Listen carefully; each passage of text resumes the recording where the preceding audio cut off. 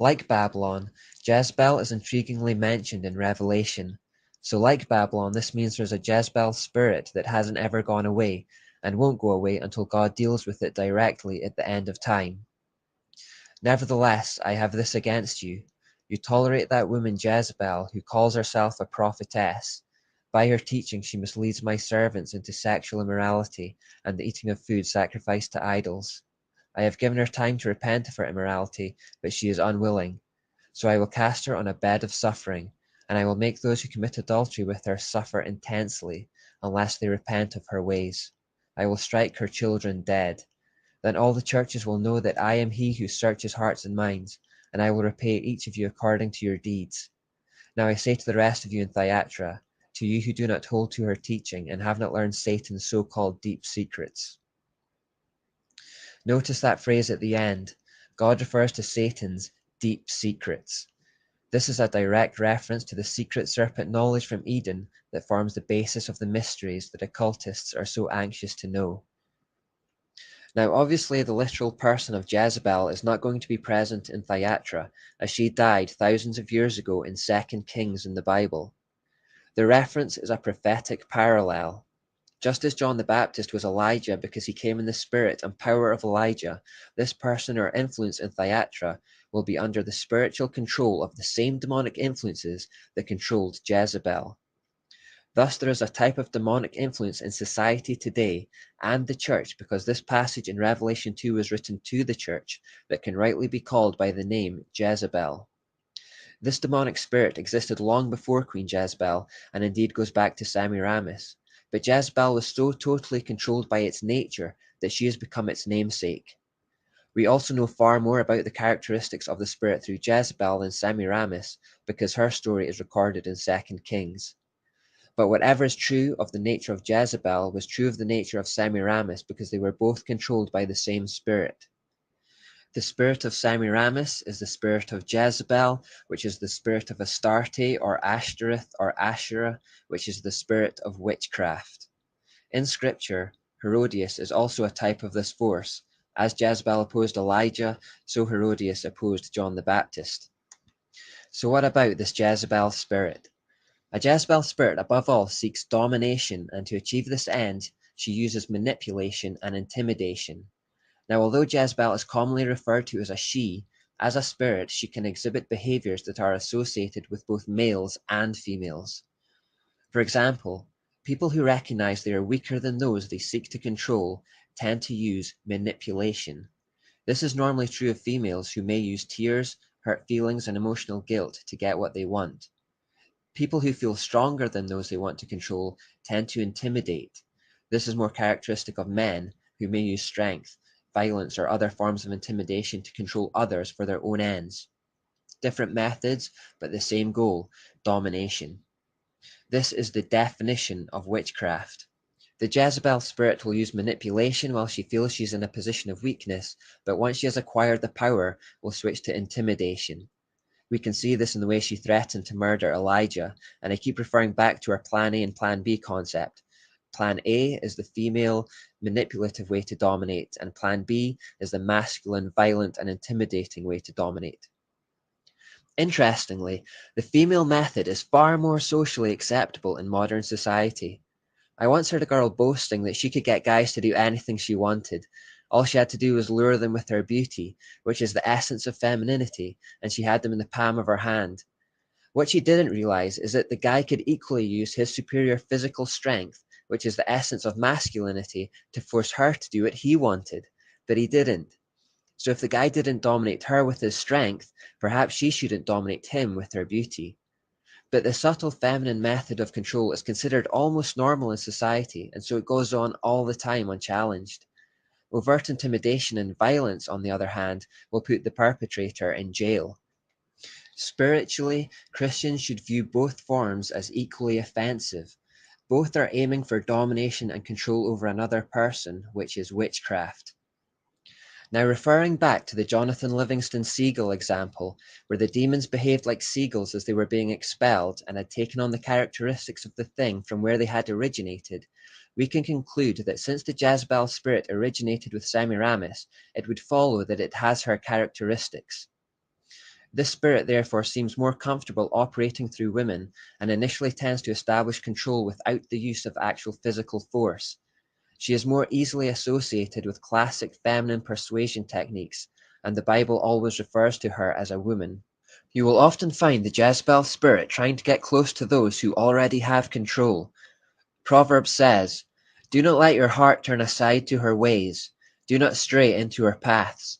For she has cast down many wounded, and all who were slain by her were strong men. Her house is the way to hell, descending to the chambers of death."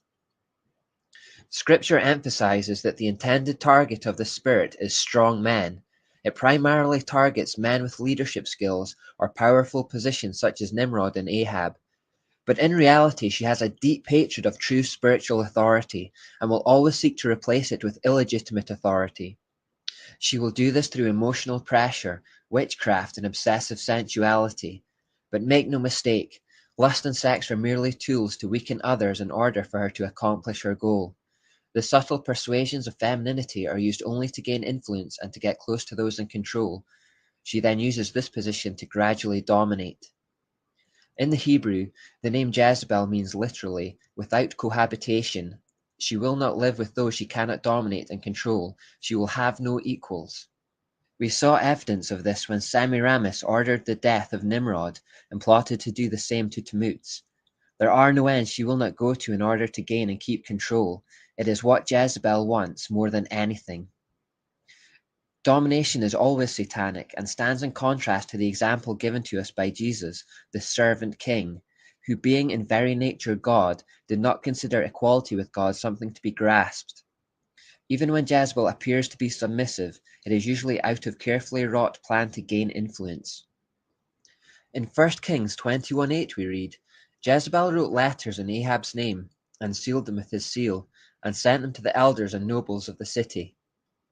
This tells us that she prefers to remain concealed in the background while she manipulates situations and leaders, a hidden hand behind the public figure, just like Satan is the king of Tyre, pulling the strings behind the prince of Tyre.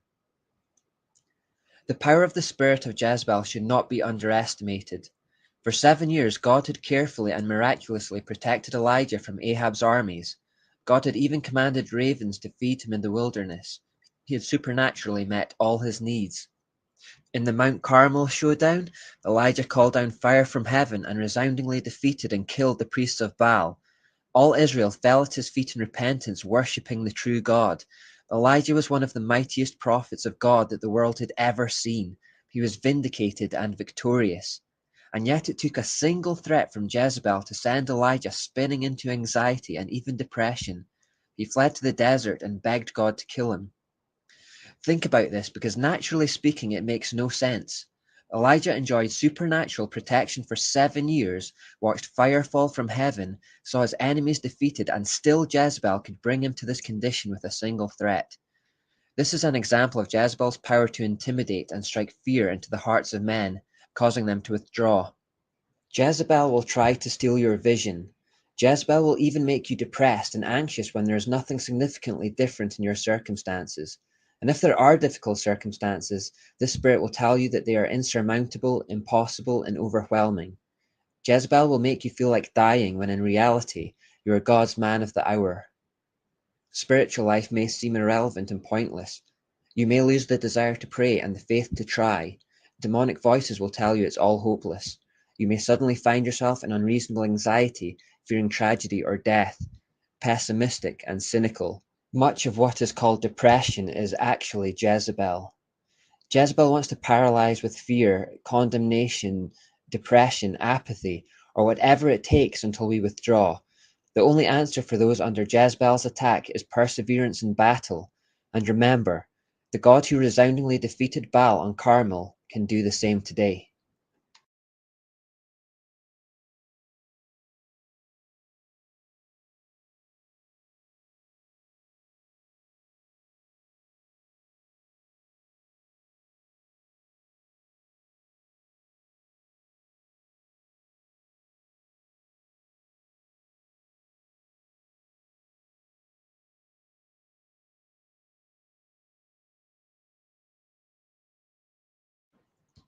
We followed the mystery religion from Babylon through Egypt and seen the struggle between good and evil as it threatened to contaminate God's chosen people in Israel.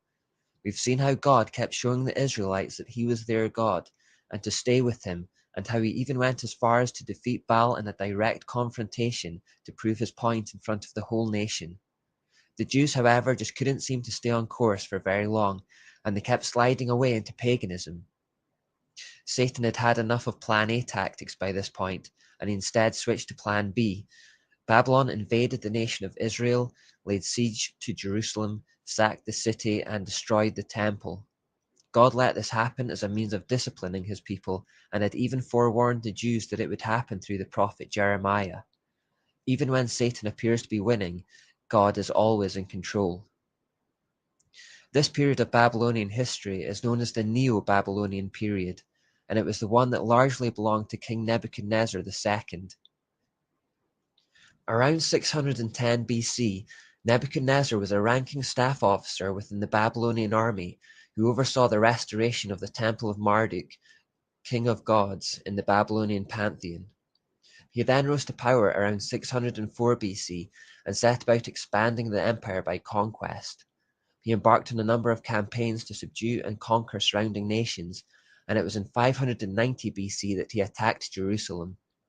From this victory, he took around 10,000 captives back with him to Babylon, but these were only those that were considered useful. He took the young men, the princes, the best soldiers, the craftsmen, and the smiths. The rest were left behind. Perhaps the most famous of these young men taken to Babylon were Daniel, Hananiah, Mishael, and Azariah. They were to go through 3 years of training in an education program that would indoctrinate them with Babylonian ideas to make them useful to the empire. To help assimilate them into their new culture and to help swerve their allegiance away from God to the Babylonian gods, they were all given new names.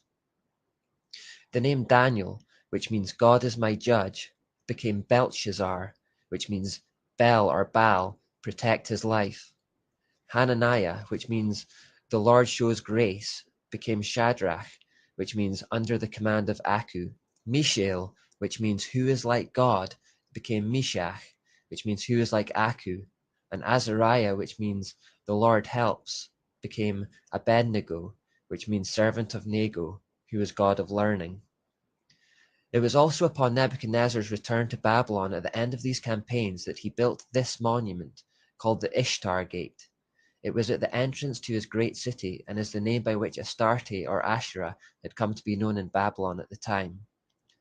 On it were 337 images of dragons. 337 in pagan numerology represents hell, so this gate to Babylon is literally meant to be, in a sense, the gate to hell. Remember this monument because it still exists in a museum in Berlin, Germany, and we'll be discussing it when we get around to the 20th century. Now, as Daniel records in his book of the Bible, Nebuchadnezzar attempted to force Shadrach, Meshach, and Abednego to worship his Babylonian gods.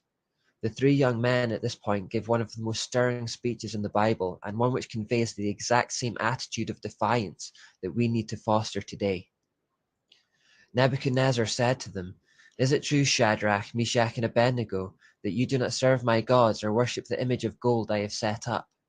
Now when you hear the sound of the horn, flute, zither, lyre, harp, pipe, and all kinds of music, if you are ready to fall down and worship the image I made, very good. But if you do not worship it, you will be thrown immediately into a blazing furnace. Then what God will be able to rescue you from my hand?" Shadrach, Meshach, and Abednego replied to him, "King Nebuchadnezzar, we do not need to defend ourselves before you in this matter. If we are thrown into the blazing furnace, the God we serve is able to deliver us from it, and he will deliver us from your majesty's hand. But even if he does not, we want you to know, your majesty, that we will not serve your gods or worship the image of gold you have set up." When they refused, they were thrown into the fiery furnace. Again, we see the recurring theme of fire as the preferred form of sacrifice to Baal, because he was the sun god. However, while in the furnace, they are met by someone who is generally accepted to be a pre-incarnate Jesus, and they come out unharmed. Therefore, once again, God shows his power over satanic idols and this had the ironic effect of making a believer out of Nebuchadnezzar.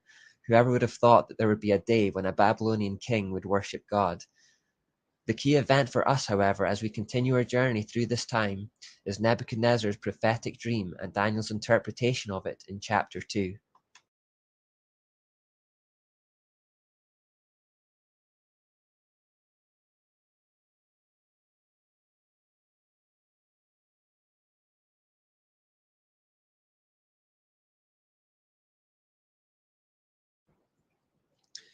In the second year of his reign, Nebuchadnezzar had dreams. His mind was troubled, and he could not sleep. So the king summoned the magicians, enchanters, sorcerers, and astrologers to tell them what he had dreamed. When they came in and stood before the king, he said to them, "I have had a dream that troubles me, and I want to know what it means." Daniel 2 1-3.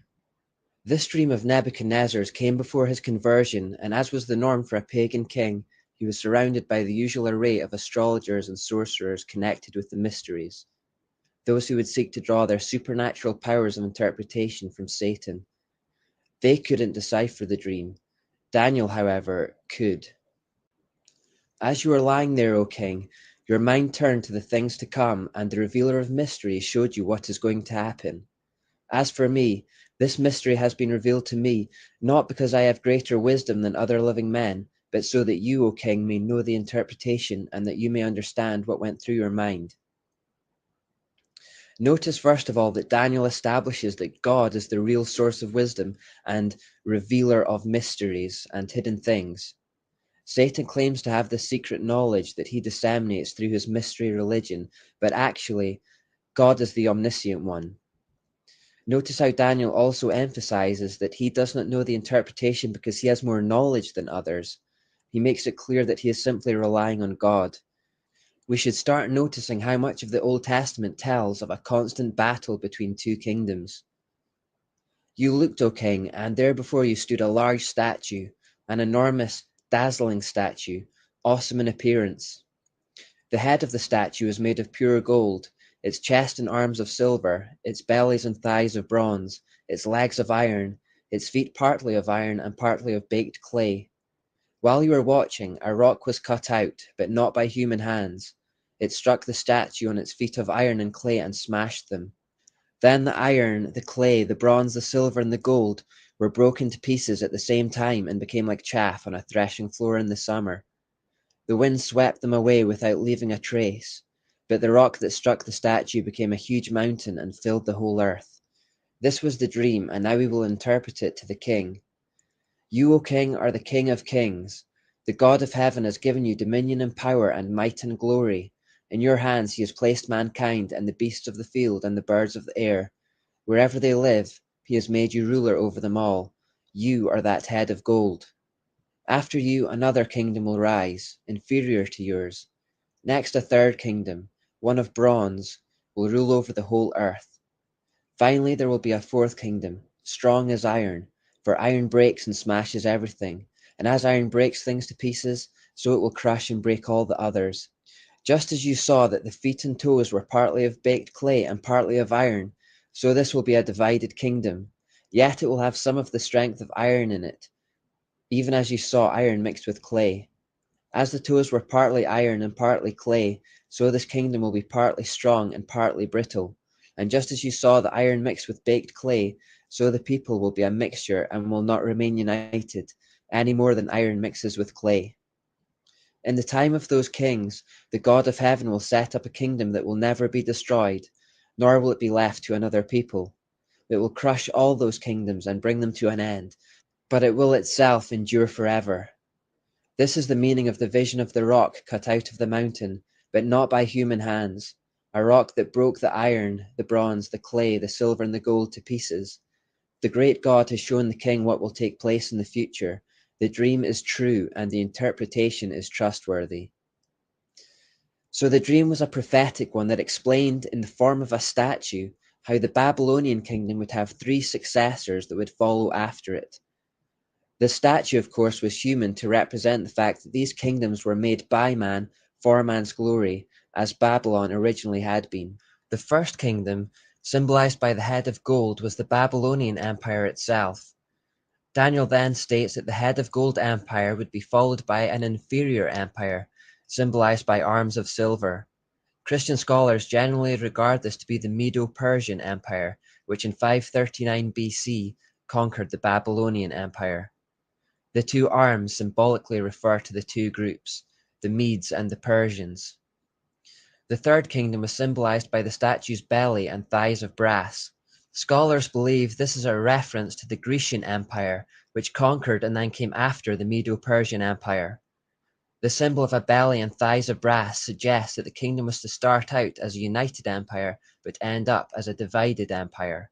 Under the leadership of Alexander the Great, the Grecian Empire was indeed a united empire, but after Alexander's death, the empire was divided up. It was around this time, when Greece was the dominant power, that the Mystery Babylon religion became known as Gnosticism. The word gnosis in Greek means knowledge. Gnostics still believed that humans were divine souls stuck within imperfect human bodies created by an imperfect God. They still believed there was a second and superior God who provided them with esoteric knowledge necessary to become gods themselves. Ashtoreth had taken on the name Sophia because Sophia means wisdom in Greek. The serpent was portrayed as the good father of Cain. Yahweh was portrayed as an unreasonable God who had cursed Adam and Eve wrongly after a temper tantrum. High priestesses were ordained through sexual rituals. There were still blood oaths, secret handshakes, signal symbols, passwords, and fornication as part of worship. In other words, except for a few name changes, the Babylonian religion had survived in its entirety throughout the empire changes. It is from this era that we get the word agnostic. Because those who believed and practiced this religion were called Gnostics, those who did not believe it were considered agnostics. Today, the word agnostic is used to refer to someone who says they are unsure or ignorant regarding the existence of God because of a lack of information. Anciently, however, the word agnostic would have identified a person who deliberately desired to remain ignorant of the secret knowledge and rituals through which the Gnostic good God, the serpent, and the mystery religion of Babel might be revealed. The name Gnosticism was used for the mysteries right up until the time of Jesus and for some period afterwards. Some Gnostics, in fact, saw in Jesus a similarity between him and their pagan serpent, as they believed he was dispensing knowledge of the kingdom of God. Consequently, two Gnostic Christian sects called the Nassenes, so called because in Hebrew Nahas means snake, and Ophites, so called because in Greek Ophis means snake, worshipped the serpent in the alleged identity of Jesus Messiah. They stole the symbol of the cross and entwined the serpent around it. You may see the symbol interpreted as Christ crucifying the serpent to the cross wherever it is seen, especially in Catholic graveyards, but its true blasphemous meaning comes from a Gnostic corruption of Christianity. Gnosticism in Greece also heavily influenced the ancient philosophers such as Socrates and Aristotle, who lived around this time. Their ideas were then passed to Plato, and these three are still revered as the fathers of philosophy. Plato is of particular significance for the New World Order, as we'll discover later. Their so-called wise words are still taught to philosophy students around the world, but much of their ideas are simply ancient Babylonian lies. While the mysteries had become known as Gnosticism in Greece, the Jews had come to know it as Kabbalah by this point, which means hidden secrets. It was also known as the oral secret law. Kabbalah developed mainly through a man called Philo, who adapted or inverted many parts of the Old Testament to fit with Babylonian mysticism. Kabbalah gained a fair amount of popularity in the 200 years prior to Jesus. Today, Kabbalah has made something of a resurgence, particularly amongst the rich and famous. It's just the Babylonian mysteries by another name. So to recap, the first kingdom in Nebuchadnezzar's dream was Babylon, the second was Medo-Persia, and the third was Greece. What was the fourth? The fourth symbol, as seen in Nebuchadnezzar's dream and interpreted by Daniel, that of iron legs and feet that were part iron and part clay, represents the mighty Roman Empire, which conquered the Grecian Empire. The Roman Empire has shaped the history of Europe and the world ever since. Two final things to say about the statue in Nebuchadnezzar's dream. Firstly, notice how the value of the metals degrades over time. We start off with gold representing Babylon and end with iron and clay representing Rome. This represents the fact that man-made kingdoms are deteriorating over time. The second point about the statue is that although the value of the metals decreases over time, their strength increases until it becomes iron. This means that as we degenerate in morality, we increase in force and adopt the mentality put forward by Friedrich Nietzsche that might makes right.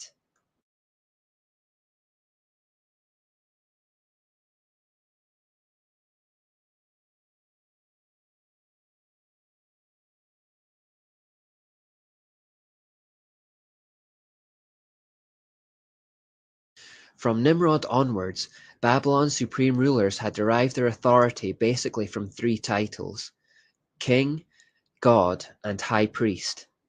Their kingship gave them political or temporal authority, while their high priesthood and godhood gave them infallible spiritual authority. Both earthly and heavenly authority converged in the one rule. Now when Babylon was overthrown by the Medo-Persians, their king, high priest, and god at the time was Belshazzar.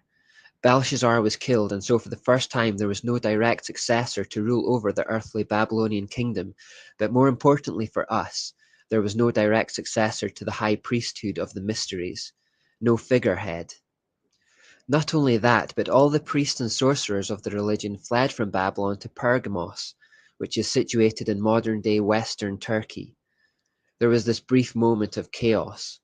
However, when the priests arrived in Pergamos from Babylon, they set about turning it into the new power base for the mysteries and established a new central college for the religion in the area.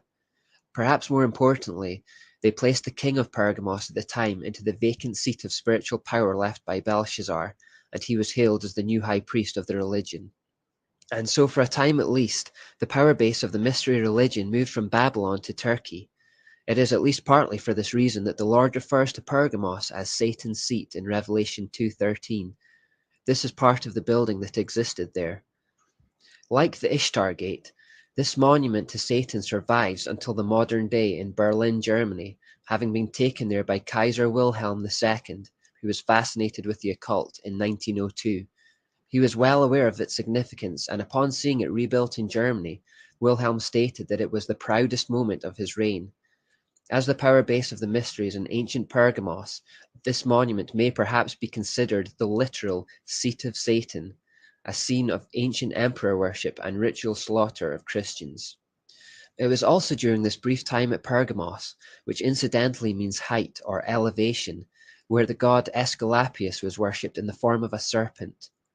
The name Aesculapius in Greek means instructing snake, and he was worshipped as a god of healing and one who enlightened the souls of men by the power of the sun. He was supposed to appear in serpent form and was symbolized as one entwined around a pole. In his temple were kept numerous live snakes, and the people would come to bathe in the water of the sacred spring, where they would apparently be given instruction for their healing. So it's interesting to find that this logo is still used for healthcare today.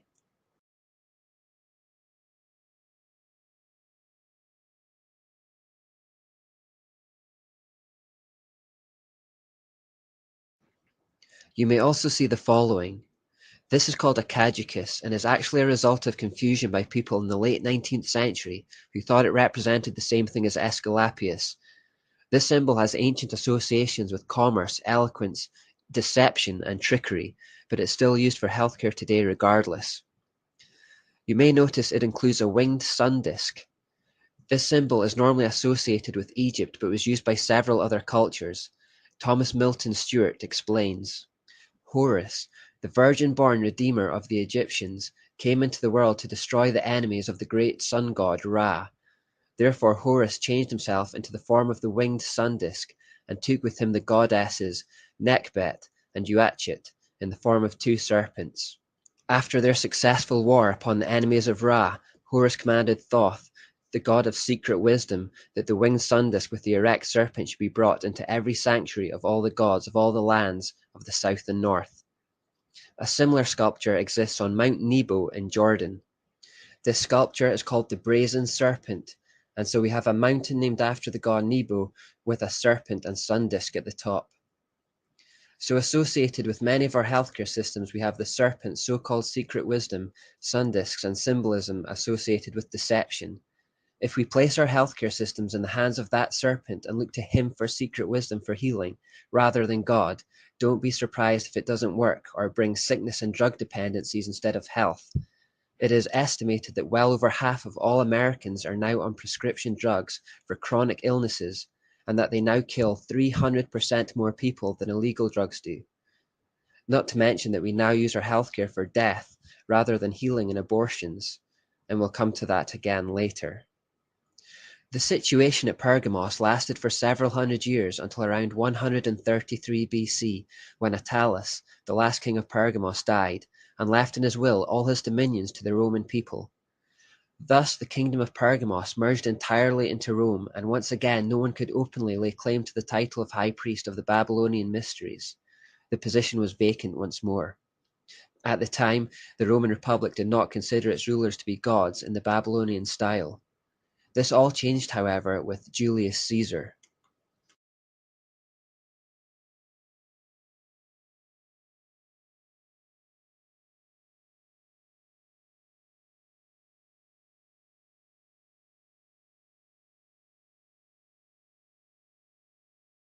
It seemed to take a while for Julius Caesar to realize the significance of what he had inherited from Attalus of Pergamos, but when he did, he duly conformed to the Babylonian system. He assumed the position of supreme ruler of Rome, and it became an empire, thus confirming his kingship. He also made himself high priest in 63 BC, a full 70 years after the death of Attalus, therefore establishing himself as the legitimate successor to the head of the Babylonian mysteries. To complete the Babylonian system set, he then also declared himself to be a god, exclaiming on 25th of December 48 BC in Jupiter's temple in Alexandria that he was in fact Jupiter's incarnation. The Encyclopaedia Britannica says about Julius Caesar, there are signs that in the last 6 months of his life he aspired not only to a monarchy in name as well as in fact, but also a divinity which Romans should acknowledge as well as Greeks, Orientals, and barbarians. He seemed to slowly realize that his new titles, particularly high priest, gave him legitimate claim to be not just ruler over Rome, but ruler over all the peoples who subscribed to the Babylonian system, as they had all descended from the same source. With the position of high priest re-established once more, a new chain of links were in place, and it could be passed down through the succession of rulers in Rome. It was from Julius Caesar's name that the subsequent Roman emperors took the name Caesar, which was thereafter a title invested with kingship, priesthood, and godhood. This fact gives added poignancy to the trial of Jesus before Pontius Pilate. When Pilate brought Jesus before the Jews, he asked them, "Shall I crucify your king?" The chief priests answered, "We have no king but Caesar." What they were effectively saying is that their true God was not their king, their only king was Caesar, head of the Babylonian mysteries and the earthly head of the satanic system of worship. It was another of those straight choices between two kingdoms, as all choices of this type are. In that declaration, they chose the kingdom of darkness. They paid the penalty for that declaration too. Just as the Lord gave the Jews into the hands of Nebuchadnezzar after they corrupted themselves with the worship of Baal in the Old Testament, so he gave that generation of Jews into the hands of the Roman emperors who they professed to follow as punishment. In 70 AD under Titus, and some decades after they had made their declaration at the trial of Jesus that he was not their king, the Roman army marched upon Jerusalem and destroyed it along with the temple. Thus Babylon and Rome have in common that they both destroyed the temple in Jerusalem. And that completes section 1 of the study. We followed how the mystery religion was passed down through the period covered by the Old Testament from Genesis, and in the next of the 4 sections we're going to start following it from the time of Jesus right up to the period of the Enlightenment.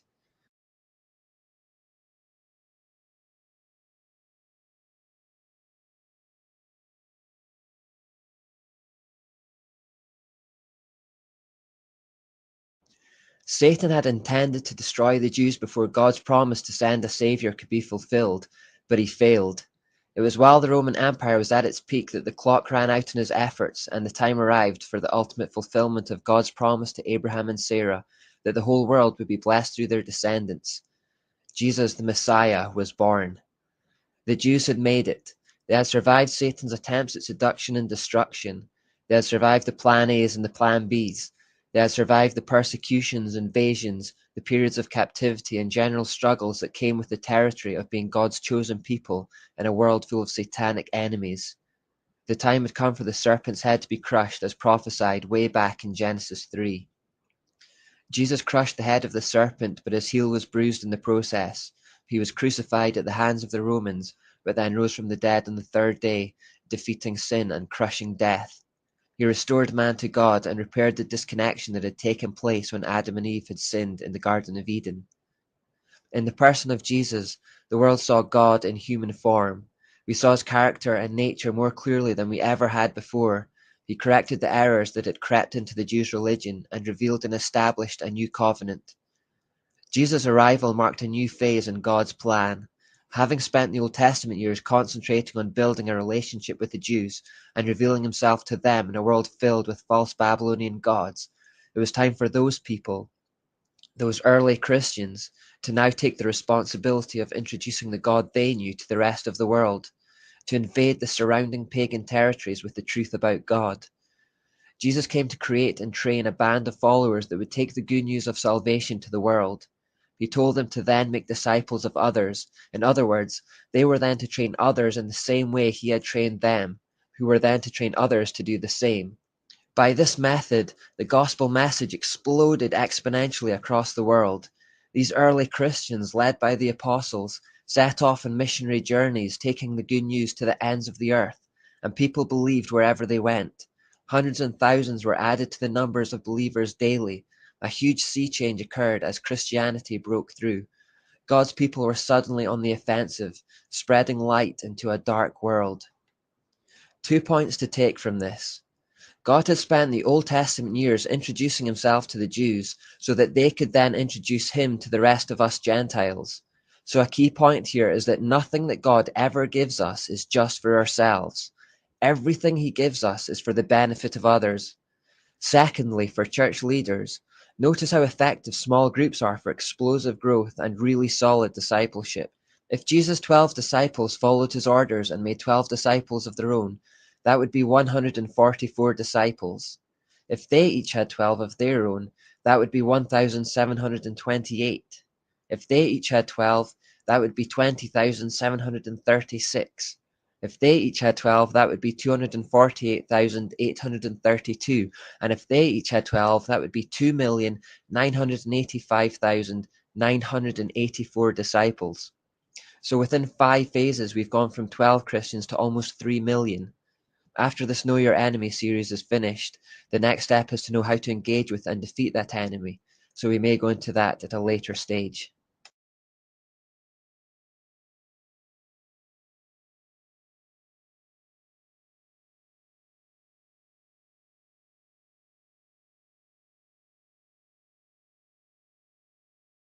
The gospel eventually reached Rome, which was the epicenter of the greatest empire in the world at the time.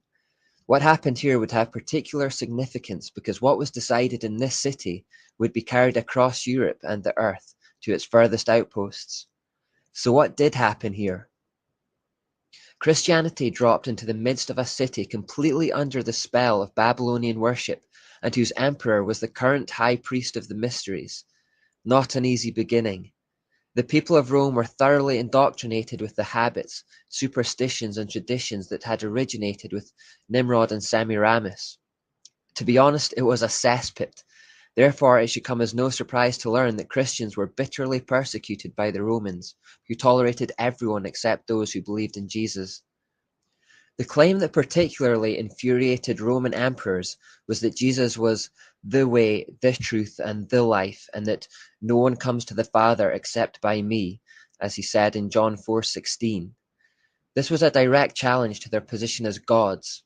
Christians utterly denied all pagan gods and refused to bow down to any of them, knowing that in doing so, they would be bowing down to demons and by proxy be bowing to Satan himself. This meant that whenever a tragedy occurred in Rome, Christians were made scapegoats, being blamed for bringing the wrath of the gods upon the people because of their unwillingness to sacrifice, appease, or pay tribute to them. Christians' unwillingness to bow to emperors as gods was also considered an act of sedition. The consequent brutality of the Roman Empire towards Christians has gone down in infamy. Once captured, Christians were thrown to lions for sport in colosseums, while the baying crowd watched them being torn limb from limb. They were dipped in oil and then set alight at the side of the roads to become living human torches. Another method of execution was being sewn into animal skins and then led to die at the fangs and claws of wild animals. Some were noted to have had crowns of metal nailed into their heads. The book of Hebrews in the Bible reports that some were placed inside a hollowed out tree and then sawn in half. These things illustrate the viciousness of Satan's hatred and retaliation towards God's people. Never underestimate just how much Satan despises a follower of God, or what he would do to us if he was in a position of power. Remember the golden rule: manipulation and deception while in a position of weakness, intimidation and violence while in a position of power. The ultimate aim is always dominance. And when Satan eventually has his way on this earth at the end of the age and reaches a position of power, the Bible tells us that there will be a great tribulation that the world has never seen before or will ever see again. It wasn't until Emperor Constantine, who signed the Edict of Milan in 312 AD, that allowed for the tolerance of Christianity, that the persecution really came to an end. Now, the world at large traditionally sees this as the best thing that could ever have happened to Christianity, but I'm going to suggest it wasn't. You see, while many believe this was the pivotal moment in Christian history that allowed it to settle and grow and to become the largest religion in the world, the evidence suggests that firstly, Constantine only legalized Christianity for political reasons, and that his own supposed conversion wasn't truly sincere. For example, there is evidence to show that Constantine still retained many elements of sun worship even after his supposed conversion, and that there have been reports of secret Vatican files that prove he kept his allegiance to the sun god. Coins carrying his image from this period continue to portray him as Sole Invicto Commit, which means colleague of the invincible sun. Then there is the fact that he changed the traditional Sabbath day of God, which was Saturday, to the now generally accepted Sunday or Sun God Day. Constantine's personal life also reflected the theory that he hadn't ever truly converted to Christianity or understood its message. He became a cruel and dissolute monarch whose cruelty extended to members of his own family. He was also clearly corrupted by his fortune. If we judge the tree by its fruits, we would reasonably conclude that he remained untouched by the love of Christ until the end. The truth is that there was such uproar and division in the Roman Empire at the time that its unity was beginning to be threatened. If the unity of Rome was threatened, so was Constantine's grip on power. So politically speaking, it made sense to change tack from Plan B tactics, oppression, violence, and persecution regarding the Christians, to Plan A tactics, which is manipulation and flattery. That's effectively what happened here. The persecution, if anything, was making the Christians stronger. So from Constantine onwards, the persecution and killing stopped, and instead Christian leaders were manipulated and lured with promises of wealth and power. Constantine basically appealed to the vanity and pride of the bishops of the time. He went on a charm offensive and bestowed a number of favors on the church. Instead of martyring bishops, he began to treat them as his political aides and gave them a say in his empire's political affairs. They were raised to a high rank and given a life of great opulence in the imperial city. Very naturally and predictably, signs of worldliness appeared amongst them, like pursuit of luxury and personal ambition. Error and corruption began entering the church, and a focus on wealth acquisition crept in. They forgot Jesus' pronouncement that his kingdom was not of this world in John 18:36, and soon became double-minded. One of the main reasons we should suspect Constantine never truly converted was that he failed to relinquish his inherited title of Supreme Pontiff, or High Priest, that had first been assumed by Julius Caesar. Constantine therefore remained the official earthly head of the mysteries throughout his life. It wasn't until 376 AD that the young Emperor Gratian became the first to refuse the position of Supreme Pontiff, considering it inconsistent with faith in Christ. In addition, he also legally abolished paganism in the empire at this time, although this abolition didn't extend to the city of Rome itself, where it was still rampant. In fact, Rome at this time was colloquially referred to as the sink of all superstitions. After Gratian refused the office of Supreme Pontiff or High Priest, It became vacant once more, and the links in the chain that had gone back to Nimrod were broken, but only for 2 years. It was soon reinstated to Damascus, the then Bishop of Rome, who had gained the position after much fighting and bloodshed with rivals.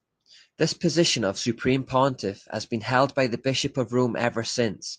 The Bishop of Rome is better known today as the Pope, and therefore the Catholic Pope is still the head of the mysteries of Babylon and its pagan offshoots today. If we follow this to its logical conclusion, as shocking as this may sound, the Pope is therefore still the earthly head of Satan's system of worship. Stanley's History on page 40 says, "The popes fill the place of the vacant emperors at Rome, inheriting their power, their prestige, and their titles from paganism." Pope Damascus recognized the power inherent in his new title. He believed himself to be head over not just the Christian church, but also over the pagans in Rome. It meant complete authority and domination, both the secular and sacred under one system. How is the Roman Church to consolidate this rule over the pagans and the Christians under one system? They needed to somehow iron out the differences between the Babylonian system and the Christian system to create a unity between all peoples, and that meant compromise. What the Catholic Church did was consistently compromise the gospel message with pre-existing pagan beliefs and adapted it based on whatever form of Babylonian mysticism a culture held to. Now, compromising the truth with different types of lies is like mixing ice cream with different types of dirt. At the end of the day, all you're left with is dirt.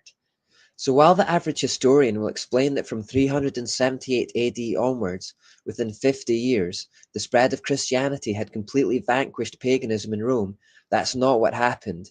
Paganism had not vanished. At the beginning of the 5th century, it had simply been absorbed into Roman Catholicism, which now contained all manner of superstitious rites and ceremonies inherited from Babylon.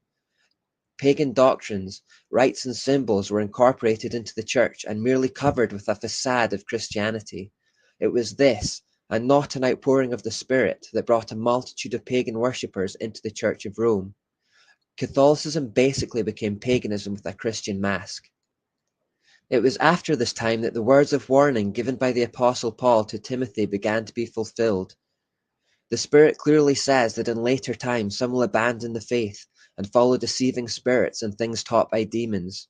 Such teachings come through hypocritical liars whose consciences have been seared as with a hot iron. They forbid people to marry and order them to abstain from certain foods, which God created to be received with thanksgiving by those who believe and who know the truth. Celibacy, compulsory fasting, idolatry, and baptismal regeneration, and many other false ideas quickly became the accepted doctrines of the Church. I'll give you an example of what I mean. One of the main differences between Christianity and paganism was that Christianity was monotheistic while paganism was polytheistic. Trying to get the pagans to give up their multiple gods proved tricky, and so, in order to merge the two systems, the Roman Church began to suggest the idea of patron saints. In effect, what they said was, you don't need to stop praying to all these various gods and goddesses. All you have to do is call them by a new name. Instead of a god of the travelers, we'll appoint a saint of the travelers. Instead of a god of the sea, there is now a saint for seafarers, etc. So where there had previously been a pagan god or goddess assigned to aspects of daily life in the mystery system, the Catholic Church merely replaced these gods with saints who were to be prayed to, revered, and looked to for guidance instead.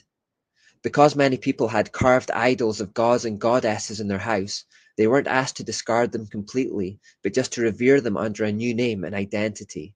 All the many pictures and images that existed because of the mother and child cults of the day, and which originally represented Semiramis and Tammuz, were simply renamed Mother Mary and Christ.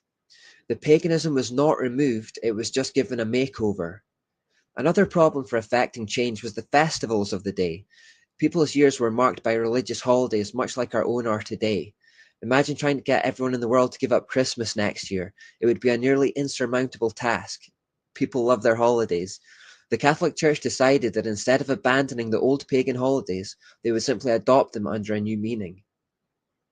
The winter solstice festival called Saturnalia, or the Feast of Saturn in Rome, occurred in the week prior to the 25th of December, and the day itself was called Natalis Invictis Solis, which means the birthday of the unconquered sun.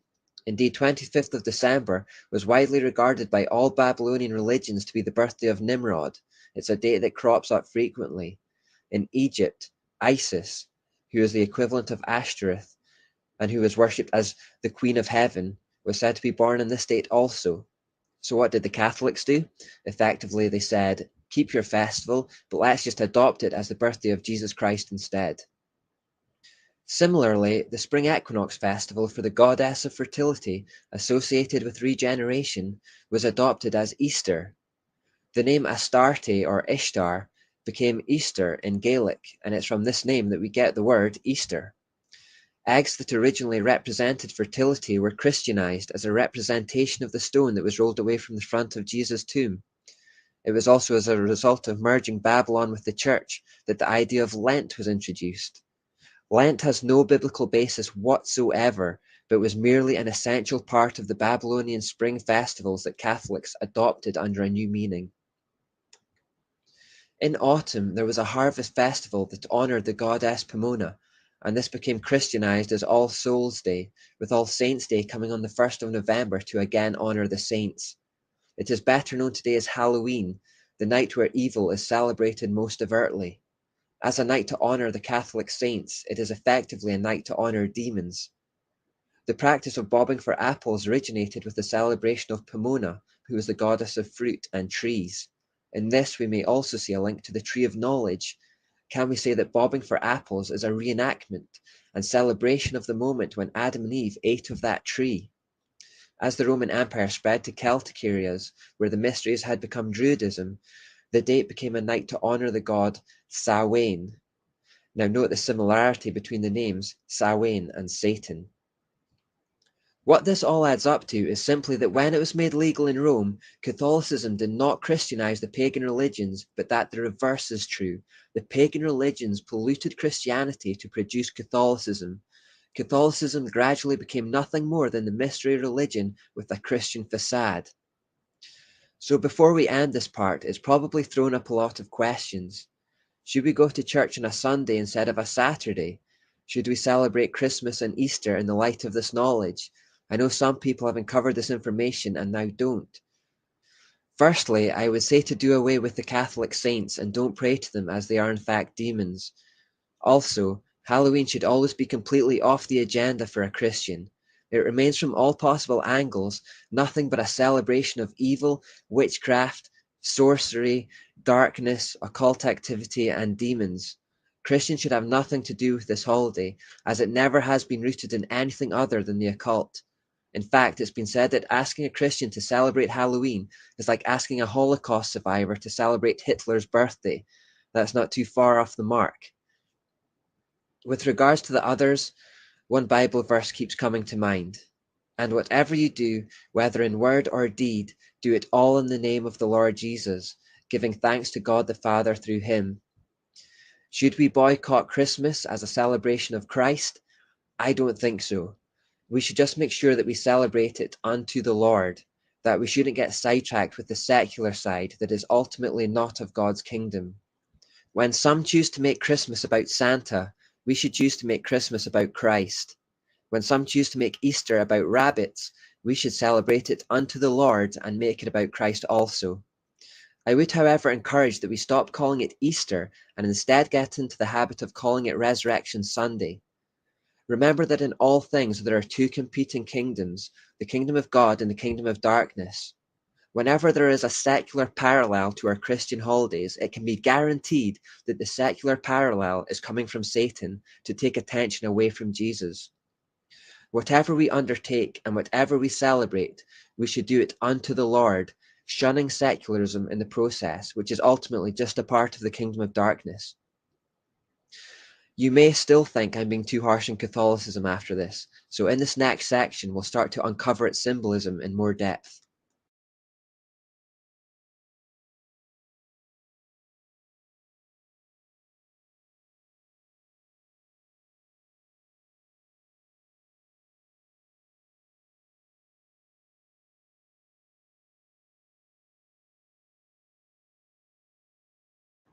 Here's a pagan chariot sunwheel designed for sun god worship and taken from the pagan temple of Kararak in India. This temple was associated with the occult and astrology. Some suggest such things are what 2 Kings 23:11 was referring to when it says, "He removed the horses that the kings of Judah had dedicated to the sun at the entrance to the house of the Lord, by the chamber of Nathan Melech, the officer who was in the court, and he burned the chariots of the sun with fire." Now look at this aerial image of the plaza at the Vatican in Rome. You should see an identical pagan sunwheel on the ground. The following photo is an artifact described as a basalt offering table, pillar-shaped, with a carved symbol of Baal on its side. That symbol was a circle with a cross in the center. So here we have an image that represents Baal.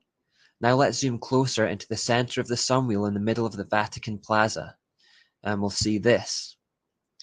You'll notice around the base of the obelisk the symbol for Baal. This symbol is quite often represented in a more simple form like this. Many pagan traditions consider this to be their main symbol for transmitting the energy of the goddess and claim it represents the sacred earth. It also represents power and supremacy. So through this symbol, they are declaring the power and supremacy of the pagan goddess Ashtoreth. The Catholic Church may also see it as declaring their own supremacy over the earth. And what about the obelisk right in the middle? The obelisk is a phallic symbol of Baal and is mentioned several times in the Bible.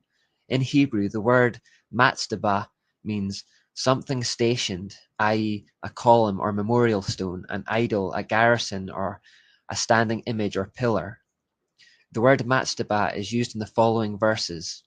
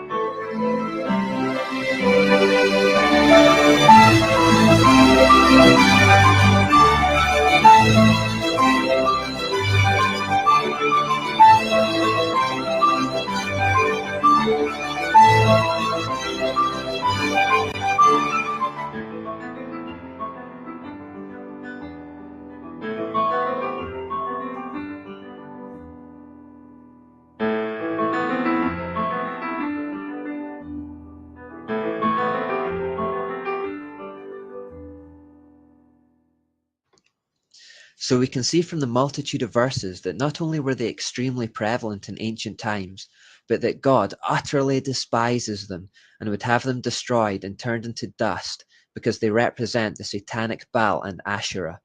And yet the Catholic Church has set one up right in the middle of their plaza. This particular pole was taken directly from ancient Egypt, where it was worshipped as the dwelling place of the sun god. It is the largest in existence and now takes pride of place in the center of Catholic HQ. Now, why would a Christian organization take a sun god monument that God repeatedly says should be destroyed and set it up in the middle of their city? The following is also a symbol for Ashtoreth.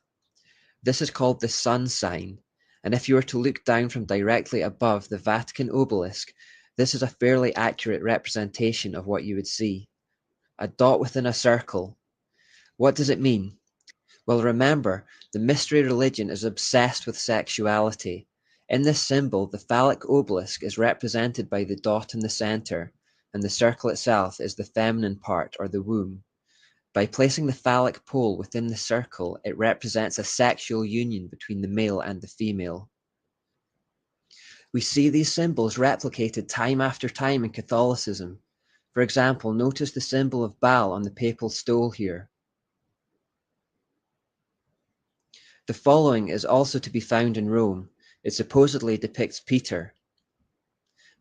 However, this statue was actually removed from the Pantheon in Rome, where he once represented Jupiter, a form of Baal. He is one of those renamed idols I mentioned earlier. You will notice the sun wheel on his head, and the symbol for Baal behind him once more on the wallpaper. You may also notice that his right foot has been worn away from the kisses that people have placed there over the years. This practice of kissing idols is also borrowed from Babylon. In 1 Kings 19:18 it says, "Yet I reserve 7,000 in Israel, all whose knees have not bowed down to Baal, and all whose mouths have not kissed him." This perhaps gives us deeper insight into the words Jesus spoke to his betrayer in the Garden of Gethsemane. In Luke 22:48, he says, "But Jesus asked him, 'Judas, are you betraying the Son of Man with a kiss?'" Was Jesus at least partly so disgusted with this act because it had a blasphemous connotation, placing him on a level with Baal? When we refer to Revelation 17, which talks about the mystery religion in the last days, we read, "The woman was dressed in purple and scarlet, and was glittering with gold, precious stones, and pearls. She held a golden cup in her hand, filled with abominable things and the filth of her adulteries. And this title was written on her forehead: Mystery, Babylon the Great, the mother of prostitutes and of the abominations of the earth. I saw that the woman was drunk with the blood of the saints, the blood of those who bore testimony to Jesus." Interesting to note then that purple and scarlet have been adopted as the official colors for Roman Catholicism. Here we see them celebrating Easter around the Asherah or Easter pole. It is significant that they would gravitate to this location at this time. Notice also the groves of trees around them. They too are significant. The church is always referred to as a woman in the Bible. The church is in fact called the bride of Christ, and therefore a prostitute is an apostate church that has abandoned its husband and committed adultery with others. The Catholic Church has prostituted itself with the world for centuries in order to acquire land, wealth, power, and prestige. It is the richest institution in the world, and much of that wealth was gained by immoral means. The Bible tells us some more about this woman, saying, "She held a golden cup in her hand." Mass in Catholicism is always taken in a golden chalice. They allow the outside to be silver as long as the inside is plated with gold. As for being drunk with the blood of the saints, Christians have often been systematically persecuted wherever the Catholic Church has had supreme power. The Catholic Church refers to Mary as Queen of Heaven, and she was recently given the title of Co-Redemptrix, meaning that she is as responsible for our redemption as Jesus. Now, we've heard that title, Queen of Heaven, before in relation to someone else. Her other titles should remind us of that same woman, the Great Mother, the Virgin Mother, the Celestial Mother, the Mother of God, the Eternal Virgin. These are names given to Mary that were also given to Semiramis or Ashtoreth. In Jeremiah 7:18 we read, "No wonder I am so angry. Watch how the children gather wood and the fathers build sacrificial fires. See how the women knead dough and make cakes to offer to the Queen of Heaven, and they pour out liquid offerings to their other idol gods." God hates this reverence for the so-called Queen of Heaven, and yet the Catholic Church now states that Mary was perfect at birth and without sin. Catholics are taught to pray to Mary as she has in her hands the work of our salvation. In other words, she is idolized. She has been deified. The Catholic Mary is none other than Asherah with a Christian facade. The Catholics did not get rid of Asherah, they simply gave her a new name. They even crown statues of Mary like this.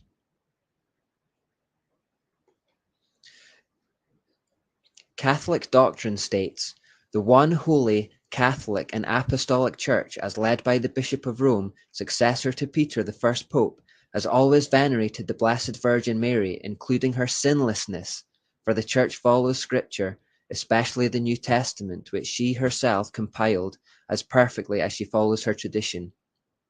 The most obvious blasphemy about this passage is that they claim she is sinless and therefore nothing less than a goddess. But also notice the more subtle capital letters given to the words she and herself, which also denote Mary as a goddess. Scripture has even been deliberately corrupted in Catholic texts to identify Mary as the person who was said to crush the serpent's head in Genesis 3. In their text it says, "And I will establish a feud between thee and the woman, between thy offspring and hers. She is to crush thy head, while thou dost lie in ambush at her heels." Mary has become a false goddess in the Catholic Church and an antichrist. Pope Pius IX declared that Mary was immaculately conceived, suggesting that Jesus was only divine because Mary was divine first, as the Mother of God.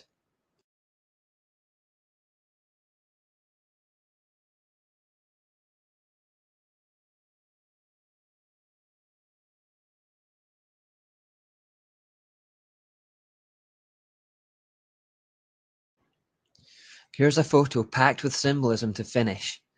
The background contains a multitude of 8-pointed stars, which we haven't gone into yet, but which actually represents Asherah as well. Then there's a pillar upon which an idol of Mary stands, with a crown on her head and a sun symbol behind her head.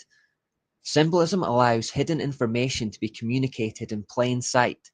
Symbols such as these can be found in various other places around the Vatican. They are everywhere, and we'll look at them more in the next part. But to finish this part, a scene from a 90s TV series called The Mists of Avalon, which highlights perfectly how the pagan goddess became Mary. Avalon faded from the world of men, and only Glastonbury marked where its wonders had been. The Saxons overran Britain and made it their own, and the goddess was forgotten. Or so I was convinced for many years.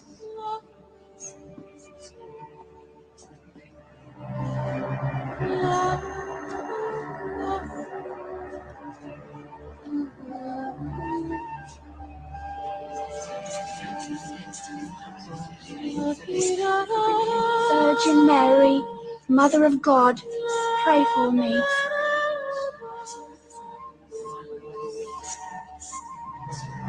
Until at last I realized the goddess had survived.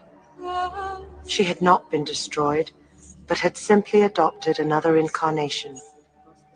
And perhaps one day, future generations will be able to bring her back as we knew her, in the glory of Avalon.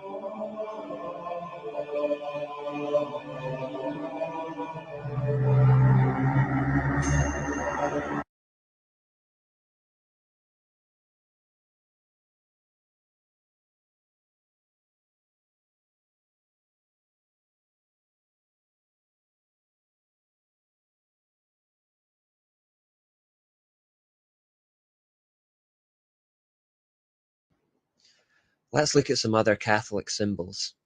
In this photo, notice the numerous symbols of the sun, moon, and stars above the windows. Further evidence of sun worship can be found in the dome of St. Peter's. Notice the sun at the center of the dome through which sunlight comes. A little known fact is that Catholic churches are built so that worshippers stand facing the east. Although churches may arbitrarily face in any direction, the prevalence and consistency of this practice in Catholic churches suggests that they mean something specific by it.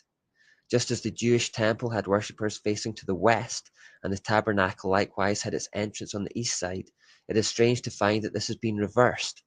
But then we read in Ezekiel 8:14-16, "He brought me to the north gate of the Lord's temple, and some women were sitting there, weeping for the god Tammuz. Have you seen this?" he asked. "But I will show you even more detestable sins than these." Then he brought me into the inner courtyard of the Lord's temple. At the entrance to the sanctuary, between the entry room and the bronze altar, there were about 25 men with their backs to the sanctuary of the Lord. They were facing east, bowing low to the ground, worshipping the sun. Catholic churches are built facing the east because it represents turning their backs to the Lord and instead worshipping the rising sun. Mass in Catholicism is something other than a simple remembrance of Christ's suffering on the cross, as it was intended to be. The Church of Rome has perverted it into a reenactment of Christ's sacrifice. It is claimed that the Catholic priest literally sacrifices Christ each time on the altar for the sins of those present and those who have died.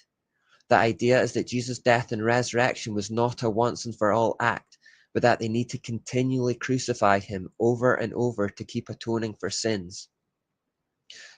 Pope Pius X described it as follows: "The Holy Mass is a prayer itself, even the highest prayer that exists. It is the sacrifice dedicated by our Redeemer on the cross, and is repeated every day on the altar." The blasphemy of the Catholic Church is that they claim to kill Jesus every day through the ritual, causing him perpetual suffering. Nothing could be more obviously from the mind of Satan than this. It is also full of bowing, crossings, and genuflections. This is a far cry from the practice of Jesus or the apostles. Then there is the circular wafer, which again represents the sun. As it is held aloft, Catholics are encouraged to venerate or worship it. After being held aloft, it is then placed in the center of something called a monstrance. These are a few types of monstrance. You will instantly recognize the solar and lunar imagery. By placing the wafer, representing the sun, on the lunar monstrance, you symbolically create a sexual joining of the male and female gods.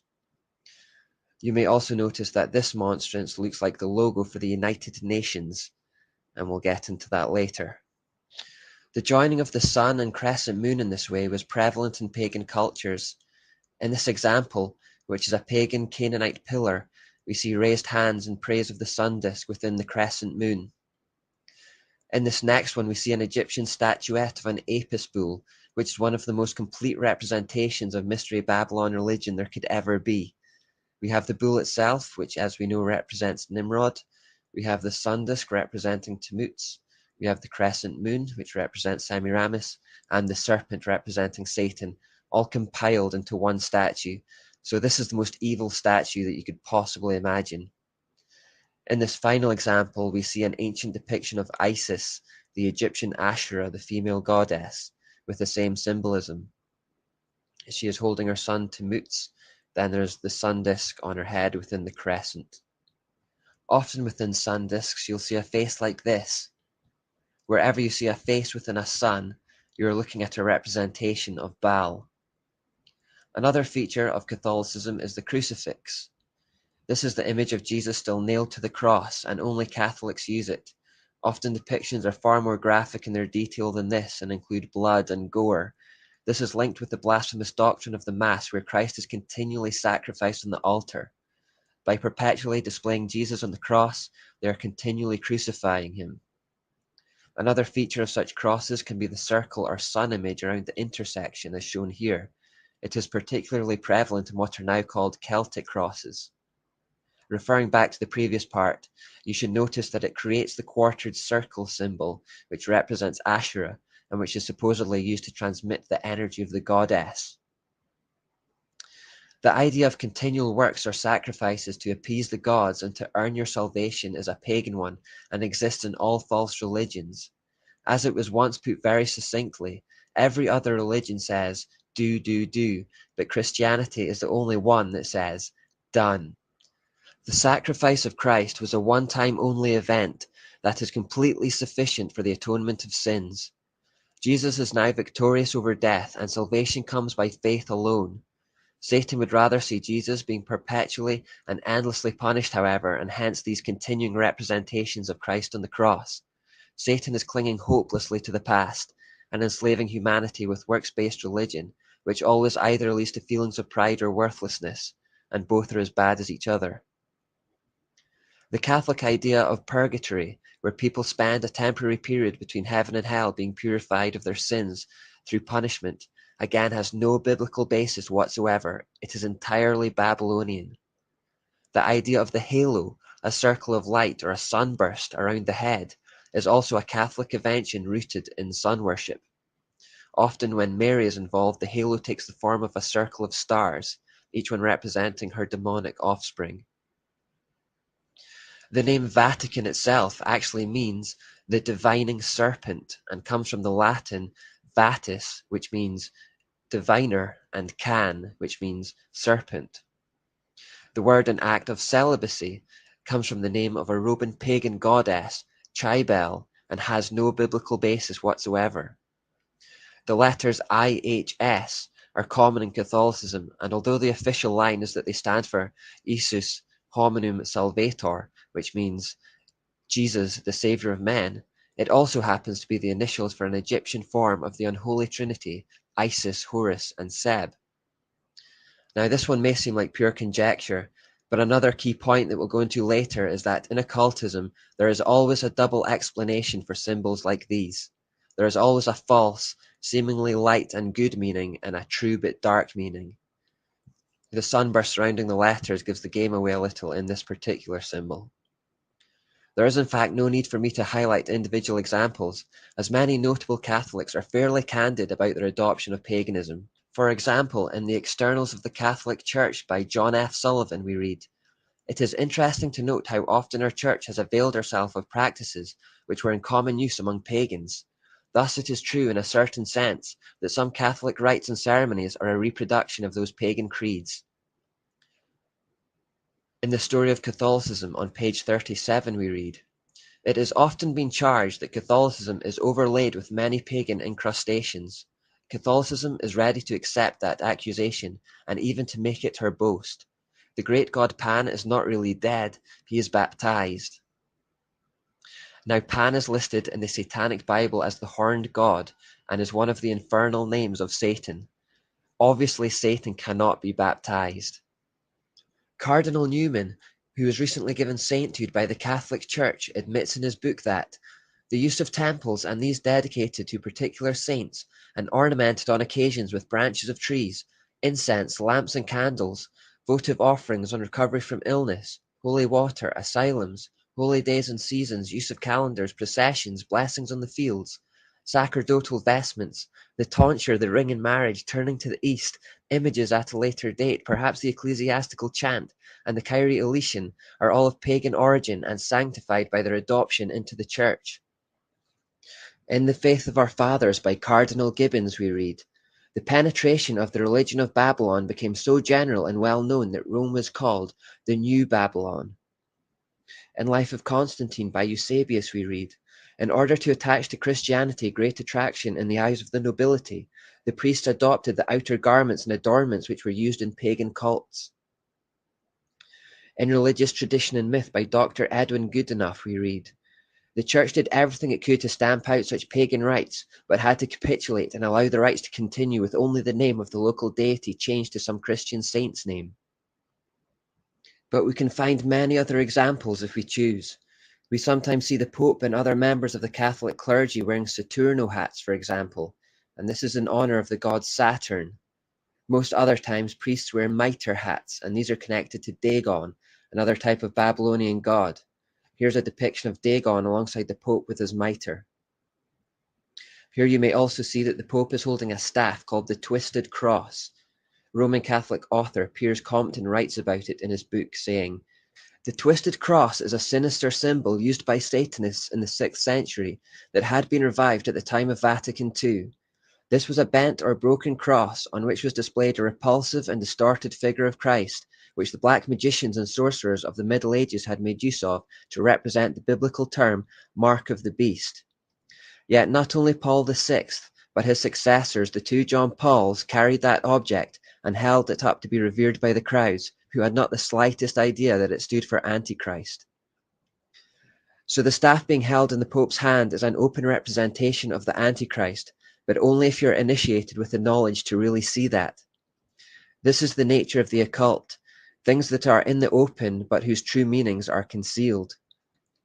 This was never more true than in March 2000 when Pope John Paul II preached an updated Sermon on the Mount at the altar of Chorazim in Israel. Here he sat under an inverted cross, one of the most potent and disgusting symbols of Satanism and black magic, under the pretense that it represents Peter, who was crucified upside down.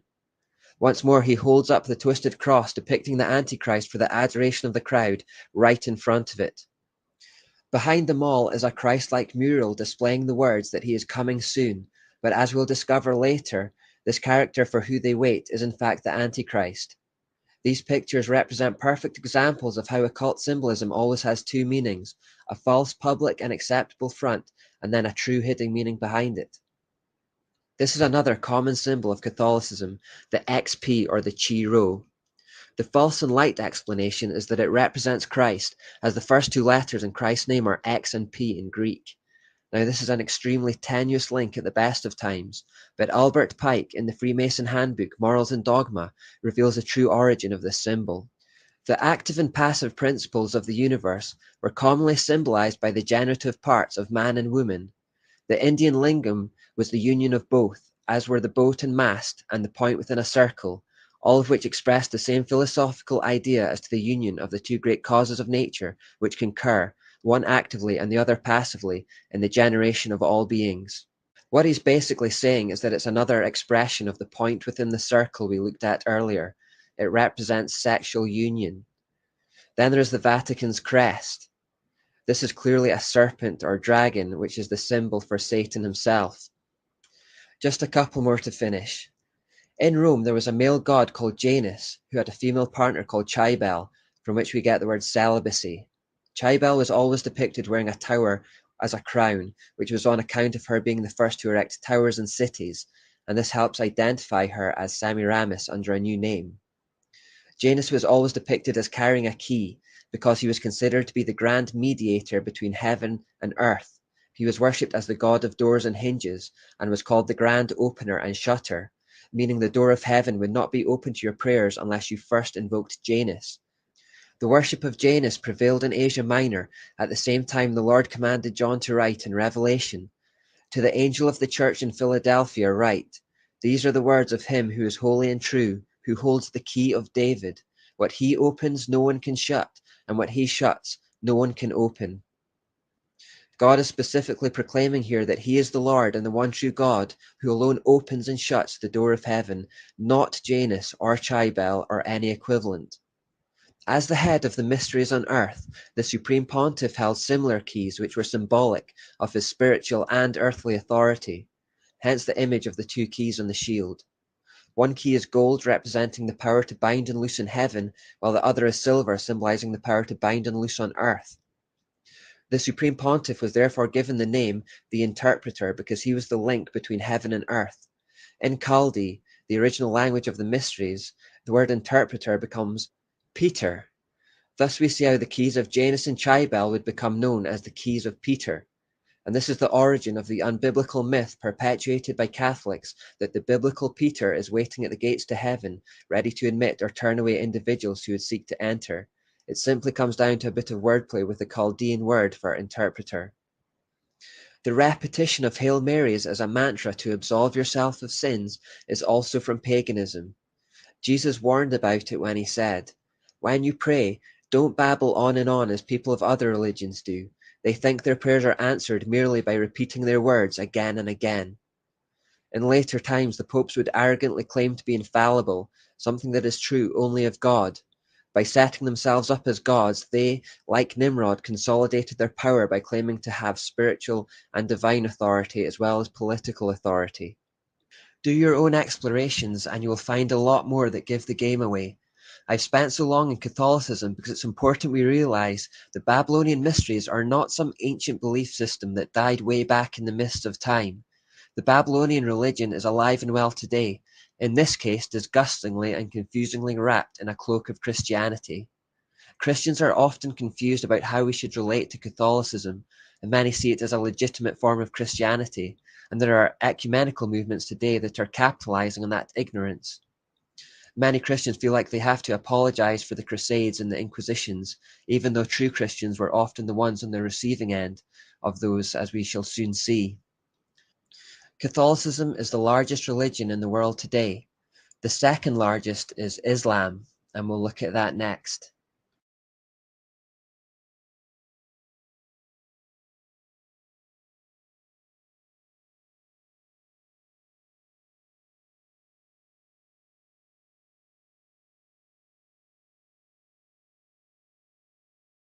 So we've established so far that there are just two routes for all world religions and belief systems. The first route comes from Nimrod, Babylon, and behind it is Satan, The second root comes from Israel, the worship of the God of Abraham, Isaac, and Jacob. These are the two competing kingdoms in this world, the kingdom of darkness and the kingdom of light. Now, some people, particularly Muslims themselves, would have you believe that Islam belongs to the second root, that it shares its origins with Judeo-Christianity and is something of a continuation of those faiths, that Islam is the last and true revelation of the Judeo-Christian God to his people. Even some Christians have been deceived into thinking that the word Allah is just an Arabic word for the Christian God, Yahweh, and that we are connected somehow.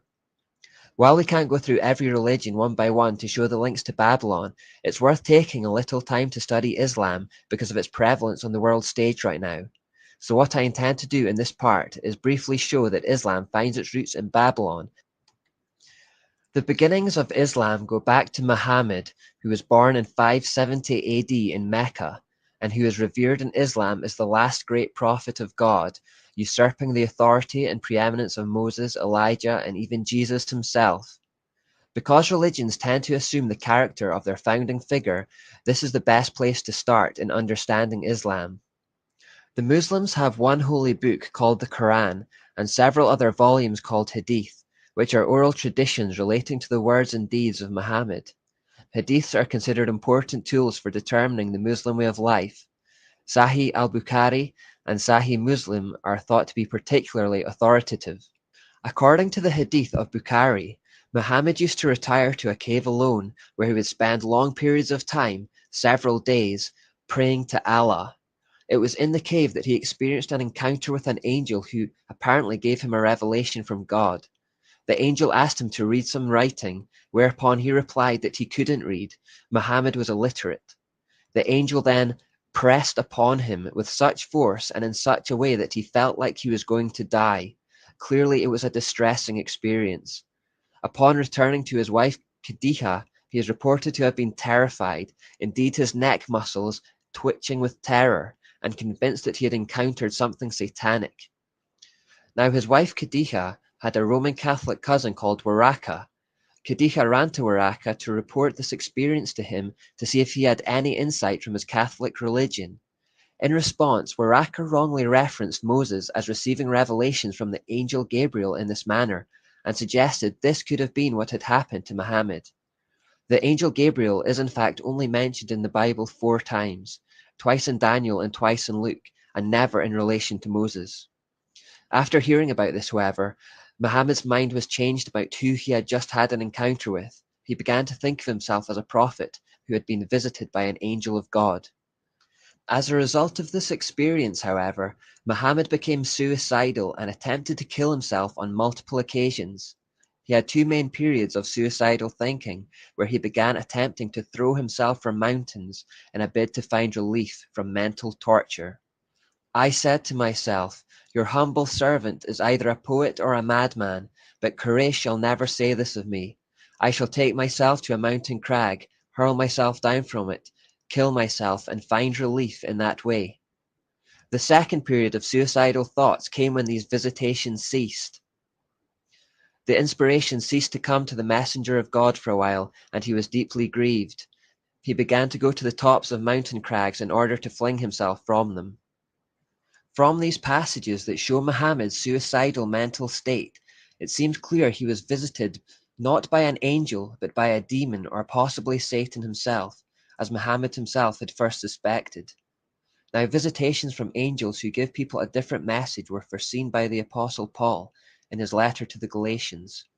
There we read, "But even if we or an angel from heaven should preach a gospel other than the one we preach to you, let them be under God's curse. As we have already said, so now I say again, if anybody is preaching to you a gospel other than what you accepted, let them be under God's curse." The cave experience was not the first time Muhammad had been in contact with something demonic. He apparently had a strange but undefined experience as a child, after which his carer became convinced he had been possessed by a demon. Further evidence for potential demonic possession comes even within the Quran. In Surah 81, 22-25 and Surah 69, 41-42, people claim that Muhammad was inspired by the devil and something of a madman. Further evidence of Muhammad's mental disturbance is to be found in the Hadith of Bukhari, volume 7 and number 660. For a whole year, he was so bewitched and befuddled that he thought he was having sexual relations with his wives when he wasn't. This is a strange scenario which can realistically only have two explanations. Either mental illness caused him to hallucinate, or he had some kind of sexual encounters with demonic entities. Either way, Muhammad was clearly disturbed. At one point in time, Muhammad admitted that Satan had put words in his mouth to compromise with pagan idol worship. These words have become known as the Satanic Verses. He later changed his mind on the issue, but it shows that he was unable to distinguish the source of his revelation. Another politically incorrect but equally true assertion is that he was a paedophile, marrying his wife Aisha when she was 6 years old and consummating the relationship when she was only 9. Muhammad was over 50 years old at the time. All kinds of arguments have been put forward in an attempt to excuse this behavior. Muhammad in fact had over 20 wives in his lifetime, while hypocritically restricting his own followers to just 4. One of his followers says, "I embraced Islam while I had 8 wives, so I mentioned it to the Prophet. The Prophet said, 'Select 4 of them.'" Muhammad himself was so filled with insatiable lusts and sexual desire that he would have relations with all of his wives in one night. Anas bin Malik said, "The Prophet used to visit all his wives in a round during the day and night, and there were 11 in number. I asked Anas, had the Prophet the strength for it? Anas replied, we used to say that the Prophet was given the strength of 30 men. And now we can understand a little why Muslims are promised constant fornication with virgins in their paradise. It reflects the character of their Prophet. In this we also see similarities with the prominence of sexuality in occultism. Finally, as we look for links to Babylon, it should also be noted that Muhammad's visitations came in caves. As we noted way back at the start of the study, Babylonian worship, particularly relating to Nebo, happened in caves and was common practice in the mysteries.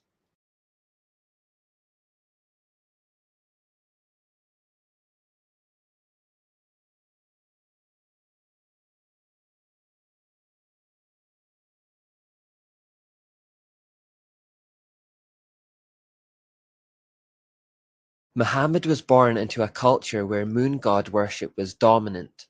Furthermore, he was born into the Quraysh tribe, who were particularly devoted to the moon god. According to numerous inscriptions, the title of this moon god was Al-Ilah, which means the deity or the god, meaning that he was the chief or high god amongst many gods. Al-Ilah, the god, was shortened to Allah in pre-Islamic times. Now this part may be slightly confusing. Until now we have seen that in the Babylonian system, the sun is always presented as a male god and the moon presented as a female goddess, and yet here we find talk of a male moon god, not a moon goddess. This is because there were certain branches where the roles were reversed. The male divinity became the moon and the female divinity became the sun. This form of the mysteries was particularly prevalent in Arabia and amongst the Saxons and Norsemen of Europe. This role reversal remained widespread around Arabia in particular, long after its popularity had waned elsewhere. Echoes of this lesser-known form still exist today. For example, Cush, Nimrod's father, was worshipped as a god under the title Meni or Manai, which means the numberer. He is accredited under the Babylonian system with inventing arithmetic. Now such has been the influence of the Saxons and Norsemen in particular on Scotland, that we have a New Year festival that still exists today called Hogmanay, and this comes from Hogmanay, which means the feast of the numberer, who numbers the years. Another small example of how Babylon permeates our culture. Muhammad's father and uncle both had the name Allah incorporated into their own names. His father was called Abdallah and his uncle was called Obidallah. This echoes the Babylonian practice of incorporating your god into your own name and illustrates the preeminence of the moon god cult in his time. This fact answers the questions: why is Allah never defined in the Quran? Why did Muhammad assume that the pagan Arabs already knew who Allah was?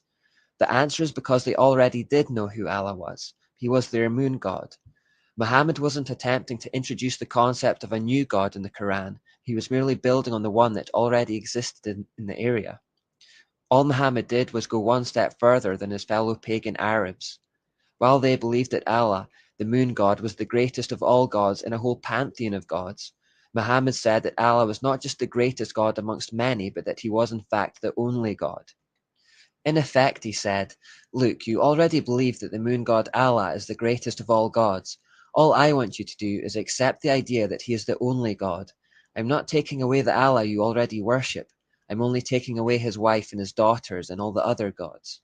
Here is a picture of an Allah idol recovered in Arabia. Note the crescent moon on his chest. The pagan Arabs never accused Muhammad of preaching a different Allah to the one they already worshipped, and archaeological evidence proves that he was one and the same. The Encyclopedia of Religion says, Allah is a pre-Islamic name corresponding to the Babylonian Bel. Allah is nothing more than Baal again with a new name. Muhammad attempted to have it both ways though. To pagans he said that he still believed in the moon god Allah, but to the Jews and the Christians he said that Allah was their God too. In effect, it was the same technique that Catholic bishops had used to merge Christianity with paganism.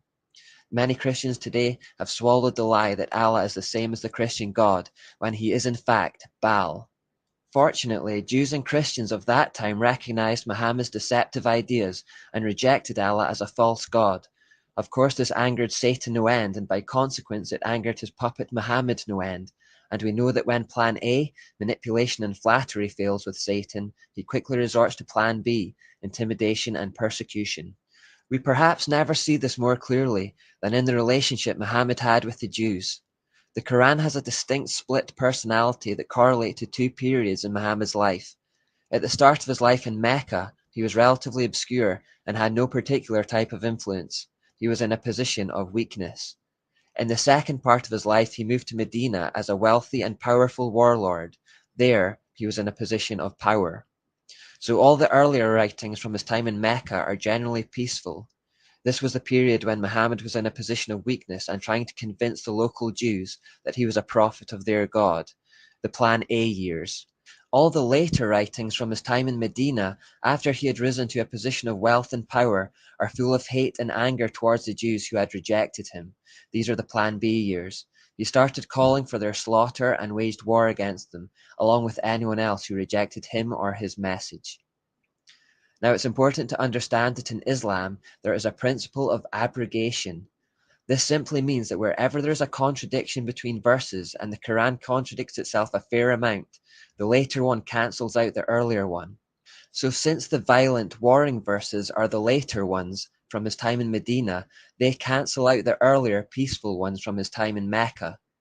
This has been a great tool of deception for Muslims, as whenever they are challenged about the violent fruits of their religion, they point to the peaceful Mecca verses. In ignorance, the average person takes them at their word, completely unaware that those verses are effectively null and void under the principle of abrogation. They have been replaced by later commands to slaughter all non-believers and conquer the world. It is Muhammad's words and actions from the Medina years that fuel Islam's never-ending hatred towards the Jews and the problems in the Middle East.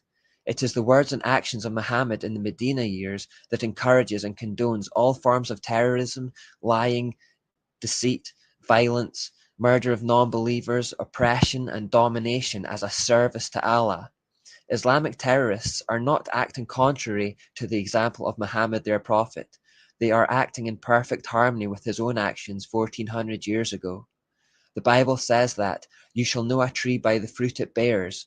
The entire history of Islam has been littered with this type of violence, and when we look at the life of Muhammad in any detail, we will discover why. It produces bad fruit because it was a bad tree with its roots in the kingdom of darkness. The following are the recorded words and deeds of Muhammad.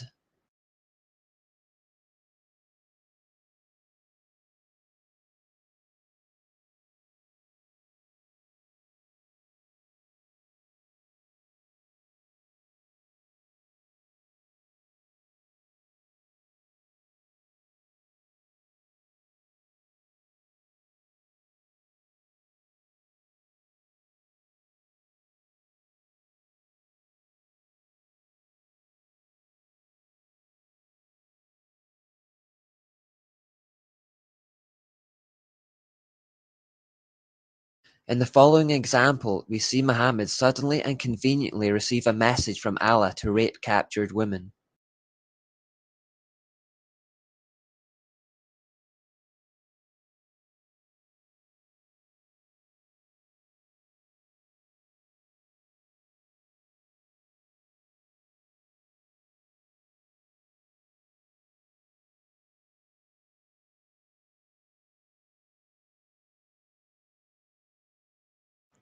This event shows a particular audacity, permitting rape at the drop of a hat simply by conjuring a verse from Allah to support it out of thin air.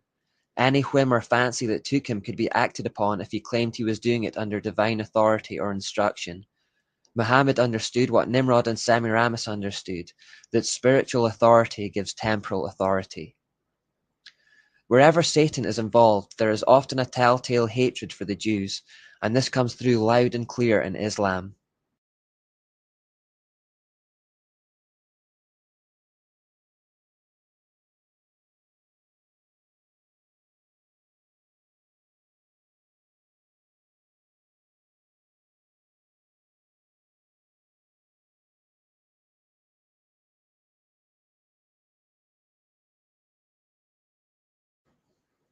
Here, the unbelieving brother was seemingly impressed with Islam's ability to influence people to kill Jews and family members.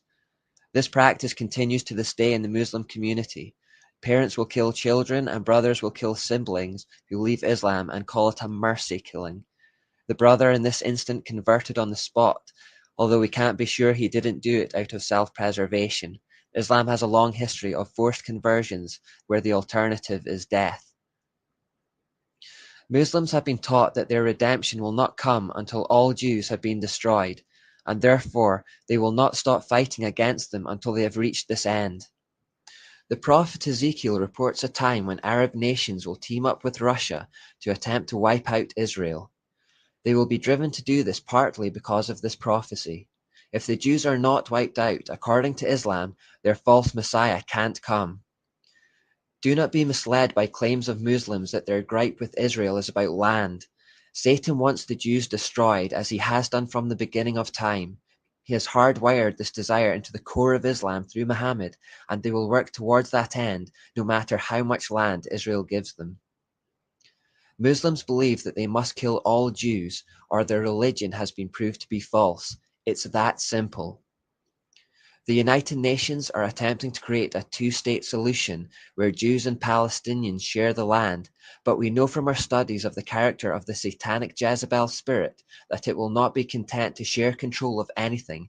It will have no equals. The goal of Islam is to extend its influence until it rules the entire world. In Islam, the world is currently divided into two, the House of Islam and the House of the Unbeliever or Infidel. They foresee a day when the whole earth will become Islamic and work continuously towards this end. The name Islam actually means submission, and this refers to the whole world submitting to the rule of the pagan moon god Allah, Allah being another name for Baal, and Baal being Satan.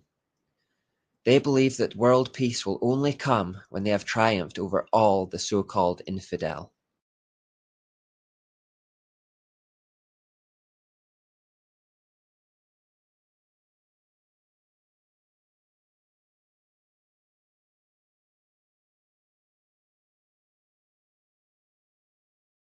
The fact that Allah is the moon god explains why the primary symbol of Islam is the crescent moon.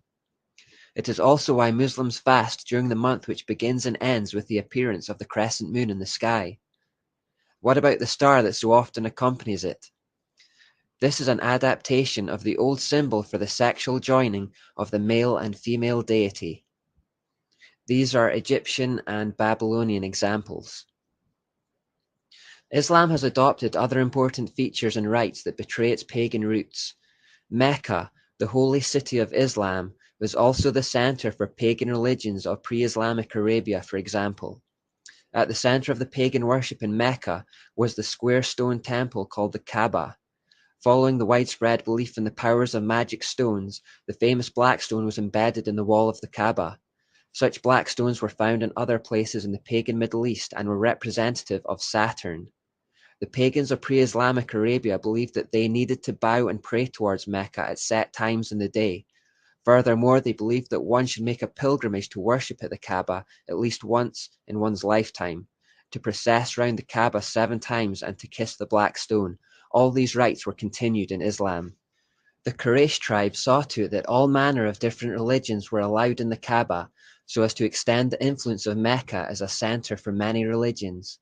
There were about 360 different idols in the Kaaba in addition to an idol of Allah. Today we find the black cube, which originally represented Saturn, all over the world.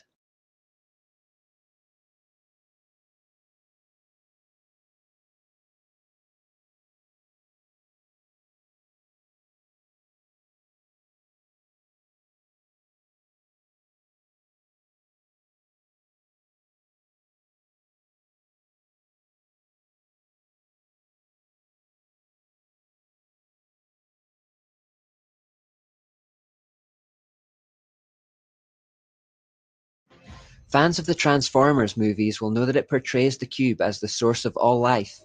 In that movie, both Decepticon and Autobot, good and evil, comes from this one force. The same philosophical idea is found in many other movies like Star Wars, Harry Potter, and Wizard of Oz. A key trait of occultism is the idea that behind both the sun and moon, light male and dark female is one source. The force itself is neutral, but can be used for good or evil. Incidentally, you'll also notice a lot of pyramids and sun symbols in the second movie in particular. The third installment, which is called The Dark of the Moon, is out in the summer of 2011, so keep an eye out for symbolism and hidden messages if you watch it. Muhammad removed the idols from the Kaaba, but nobody knows, however, what's left inside. No one really knows what they're worshipping towards when they face it. Questions about this would be sacrilege for a Muslim to ask, since Islam, like Catholicism, does not encourage freedom of inquiry or conscience. Just before we move on from this short exploration of Islam, I want to make it clear that when this series is titled Know Your Enemy, it does not refer to any human being or group of human beings. Christians are to have no human enemies and are commanded by Jesus to love even those who hate us. The enemy referred to in the title is a spiritual one. As Ephesians 6:12 says, "For we are not fighting against flesh and blood enemies, but against evil rulers and authorities of the unseen world, against mighty powers in this dark world, and against evil spirits in the heavenly places." Referring back to part 2 of this study, our fight is against the king of Tyre, not the princes of Tyre. We are to love Muslims and Catholics and anyone else for that matter, but wage spiritual war against Satan and his hordes who would seek to enslave and destroy humanity.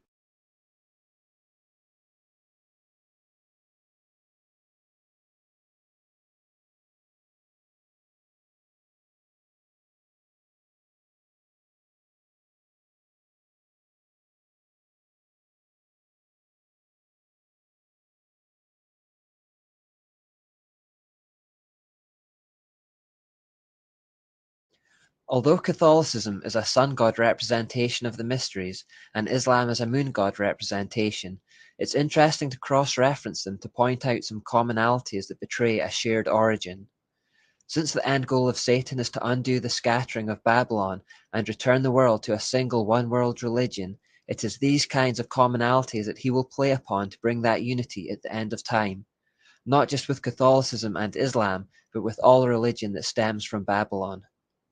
For example, let's compare the habit that Catholic nuns wear with the hijab that Islamic women are expected to wear. They're almost identical. Also, in both religions, people are taught to pray with beads. Just as Muhammad is said to have received his revelation in a cave, Mary is also depicted as living in caves or grottos in Catholicism. As I've already pointed out, this practice links them to the underground Babylonian worship of Nebo, who is said to have come out of the hole in the ground, and puts us in mind of Revelation 13:11 that talks about a beast coming out from the earth. The mysteries were often celebrated in caves or grottos, and this explains the origin of this practice today and why revelations from Satan are so often given in the darkness. In Fatima, Mary is in a cave. In Lourdes, Mary is in a cave. The Pope and Catholic followers enter into these caves to venerate her and thus perpetuate the Babylonian system. Today we may also associate grottos with the secular Christmas character, Santa Claus. Department stores around the world create Santa's grottos around Christmas time and invite kids to enter into it to receive a gift. Again, this mimics a practice that has gone on for millennia. Although we've briefly looked at holidays already, we may revisit them in depth at the end of the study. Catholicism and Islam stand side by side around the world, often in places that were originally pagan in nature. Cathedrals and mosques are frequently built either next to each other or the two buildings are incorporated into one. Cordoba in Spain is perhaps the most famous example of a cathedral mosque that was originally one and is now the other. It doesn't matter that the building was once consecrated to Catholicism but is now consecrated to Islam because both serve the same system. We have noted the sun symbolism in Catholicism. Even though Islam is the moon god version, they still have some sun imagery like on the ceiling of the King Abdullah Mosque in Jordan. Not entirely different to the concept behind St. Peter's Dome in the Basilica. The sounds of the religions are also similarly solemn. This is the sound of an Islamic call to prayer. أشهد أن لا إله إلا الله.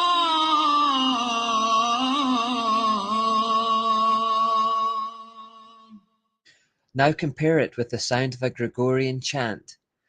They are both similarly haunting, mournful, and melancholic.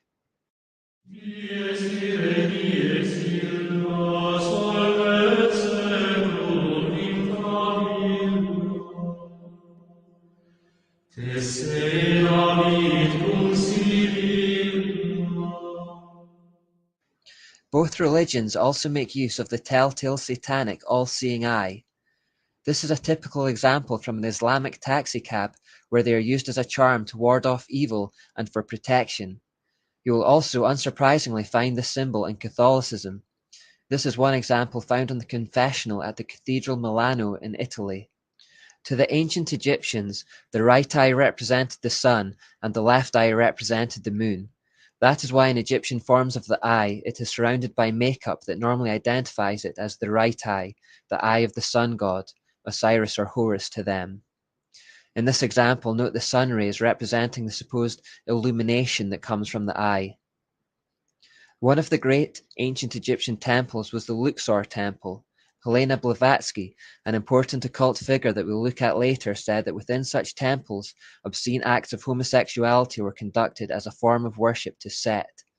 Now the remains of the Luxor Temple still stand to this day, and within it you will find a multitude of phallic symbols that echo its original purpose. At the entrance, you will of course find the Asherah pole or obelisk. What is perhaps a little more surprising is that built into the Luxor Temple is a mosque. Some Catholics plainly see the similarities with Islam and are looking for a shared future based on the truth that they have the same origin. Vatican insider Dr. David Malachi Martin said that on the basis of a personal message from Mary to Pope John Paul II, he believed that there will come a day when the heart of Islam, already attuned to the figures of Christ and Christ's mother Mary, will receive the illumination it needs, a second Fatima, in which they will recognize him as God's true vicar on earth. Then with fellow travellers like the Church of England, the Episcopal Church, and others of like mind, the Pope could be worshipped as the infallible Holy Father by over 1/2 of the world's population. This idea of ecumenism or unity between religions is gaining a lot of momentum in the world today, and behind it is the fact that Satan wants to reverse the scattering of Babylon and bring the whole world together again under his mystery religion. Given that the false religions of the world share the same root, they all have commonalities which are to be highlighted to achieve this end. The idea is to bring the world under the headship of the Pope because he is the earthly head of the mysteries. Because of Muhammad's Catholic influence, Muslims already believe in Mary's Immaculate Conception and virgin birth. So high is their view of Mary that the Quran concludes she must be a goddess in Christianity. It therefore teaches that Christians believe in the Father, the Mother, and the Son. This is an error that comes by observing Catholicism's overemphasis on Mary as a deity. In fact, Father, Mother, and Son is the Babylonian Trinity. The Christian Trinity is Father, Son, and Spirit. The Islamic system of salvation is one of justification by works, which is the same as Catholicism and all false religion, in fact. The Quran teaches that on the Day of Judgment, good and bad works will be weighed up in a balance to decide whether or not someone goes to heaven or hell. This is just like the scales of Anubis or St. Michael in Rome. In Islamic states, there is no division between religion and politics. This merger of secular and sacred is similar to the Church of Rome, where the sovereign pontiff is both head of the religion and a reigning monarch.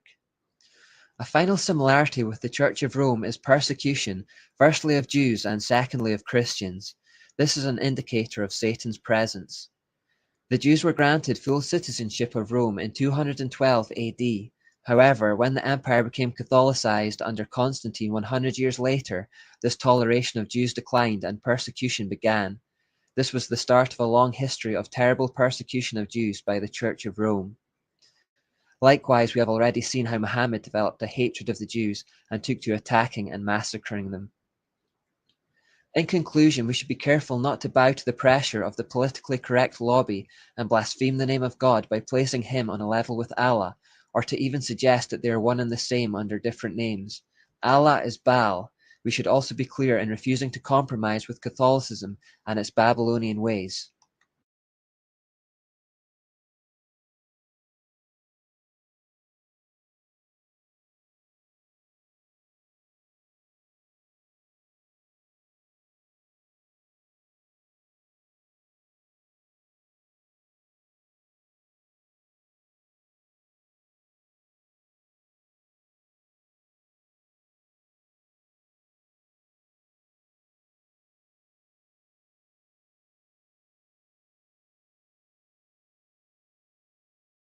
Except for Sikhism, which cropped up in the 15th century, Islam was the last major religion to be founded, and the religious landscape remained quite settled for about 1,000 years. There was Hinduism, which primarily dominated India, various forms of Buddhism in the Far East, Islam in the Middle East, and Catholicism in Europe. To keep us focused and on track, we're not going to examine the other world religions in any detail at the moment, but you will find if you explore them that the same themes keep coming up. For example, in Buddhism and Taoism, you'll find a concept called yin and yang, which represents the joining of the light male and dark female principles, and the concept of a life force that balances the two. You'll find that bulls are sacred in Hinduism, stemming from the ancient idea that Nimrod was represented by a bull. You'll find sex cults, fertility goddesses, sun worship, serpents of knowledge, and ideas that we can attain godhood through our own efforts. It's repackaged and expressed differently across the world and given different names, but the basic themes and symbols are all there in some form or another. It's all coming from ancient Babylon. It's probably worth noting that Eastern forms of the mysteries are actually becoming very popular in our culture right now and are ensnaring even Christians. Although the filtering of Eastern paganism into Britain could be traced at least as far back as the East Indian Trading Company in the 17th and 18th centuries, the real explosion came when the Beatles went to India in the 1960s, and suddenly Eastern mysticism became extremely fashionable. Over the past 50 plus years, its popularity has been steadily growing in the West. Today, for example, we have yoga, Reiki, Zen Buddhism, acupuncture, martial arts, meditation, and Feng Shui, to name just a few of the occult philosophies that grew out of Babylonian mysteries in the East and which have now been transported to us in the West. Because our culture is now so saturated with it, many Christians don't recognize when they're involved with something that has a satanic origin. For that reason, I have provided an occult checklist in the notes section of the Fuel Project Facebook page. If you are involved in anything listed there, I would strongly suggest you repent and renounce your involvement. For now, however, we're going to stay in Europe and continue our journey through time there. After the Roman Empire collapsed in the 5th century AD at the hands of Germanic barbarians, Europe entered the Dark Ages. The Catholic Church stepped into the power vacuum that had been created by the collapse of the Roman Empire, and it quickly became the most powerful spiritual and political entity in the world. In the 8th century AD, a forged document was created called the Donation of Constantine. It stated that Constantine had bequeathed the Roman Empire to the Catholic popes, and although it was found to be fraudulent in the 15th century, by then its work had already been accomplished.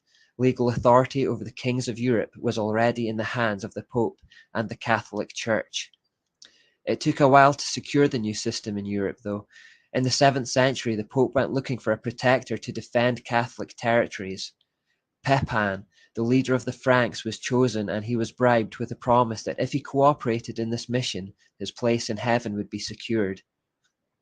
Battles ensued for a while, but it wasn't until Charlemagne, Pepin's son, that the Pope's security was truly assured. Charlemagne was then crowned in Rome on the 25th of December 800 AD as the first emperor of the Holy Roman Empire. The Holy Roman Empire was seen to be a continuation of the old collapsed Imperial Roman Empire. This move shrewdly promoted popes to kingmakers, who claimed their authority to do so because of the forged donation of Constantine and because of their connection to God. Later, the Catholic historian Tertullian wrote of that transaction that our God no longer reigns, he has resigned all power over to the Pope. At the command of the Pope, Charlemagne went forth on many campaigns of conquest throughout Europe. All conquered lands and people came under the authority of the Catholic Church, and Europe was united under their reign. Consequently, Charlemagne is now considered the father of Europe. The Catholic rule, however, although unified, was a dark, dark period in history. Anyone who did not willingly submit to the authority of the Church was persecuted and killed for heresy. European citizens were taxed heavily and were expected to spend their lives in the service of the Church. With worldly power, corruption kept growing. Pope Leo X began the process of selling indulgences as a way to extort money from the people.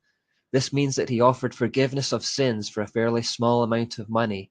For a little bit more money, you would not only be forgiven of a sin, but you would be allowed to carry on indulging in it, hence the name selling of indulgences. Also, through the invention of purgatory, you can now purchase the salvation of your loved ones' souls in the Catholic system. The Church taught the ignorant masses, as soon as the coin in the coffer rings, the troubled soul from purgatory springs. Pope Leo X showed his true feelings when he said, "The fable of Christ has been quite profitable to us." As a result of such corrupt behavior, the Church became exceedingly rich. They played on fear to control and dominate and increase their wealth in the process. Before long, the Church dominated the political and cultural landscape. It was the most powerful institution in the world and the Pope the most powerful man. The Pope became the real spiritual authority behind the rulers of the world, and he used religious persuasion to control nations for his own purposes. If kings acted against the wishes of the Vatican, the Pope could excommunicate them from the Church, and therefore effectively sentence them to eternity in hell. This fear was enough to keep the kings of Europe in line with the Church's wishes. Once more, we see that religious authority secures temporal authority. The Church also recognized a key principle to maintaining power: control knowledge. Knowledge really is power, and so with this in mind, it endeavored to block all independent learning and scientific progress. In this way, the people would be forced to depend on the Church's hierarchy for information, and the dependency would consolidate the Church's power. This is primarily why the era has become known as the Dark Ages. In 500 AD, for example, the Bible was available in 500 languages. By 600 AD, the Catholic Church had restricted it to just one language, and that was Latin. Latin was already a dead language by this time, understood only by priests. In this respect, people became utterly reliant on the Catholic Church for information and knowledge about God. If the Catholic Church said something, people had no choice but to believe it and to act accordingly because they had no direct access to the Bible themselves. By keeping the population in ignorance and dependent on their instructions, the Church hierarchy could play them like puppets. This deliberate construction of a knowledge-based hierarchy is an occult trait. As Martha Acklesberg said, hierarchies make some people dependent on others, blame the dependent for their dependency, and then use that dependency as a justification for further exercise of authority. Throughout the Dark Ages, the corruption kept growing. Mary became more and more prominent, as did praying to and devoting yourself to saints, the idea of sacraments, mandatory celibacy, monasticism, and the idea that the Pope was nothing less than infallible and God on earth. The Holy Roman Empire became a cesspool of depravity and corruption, like the Imperial Roman Empire had been.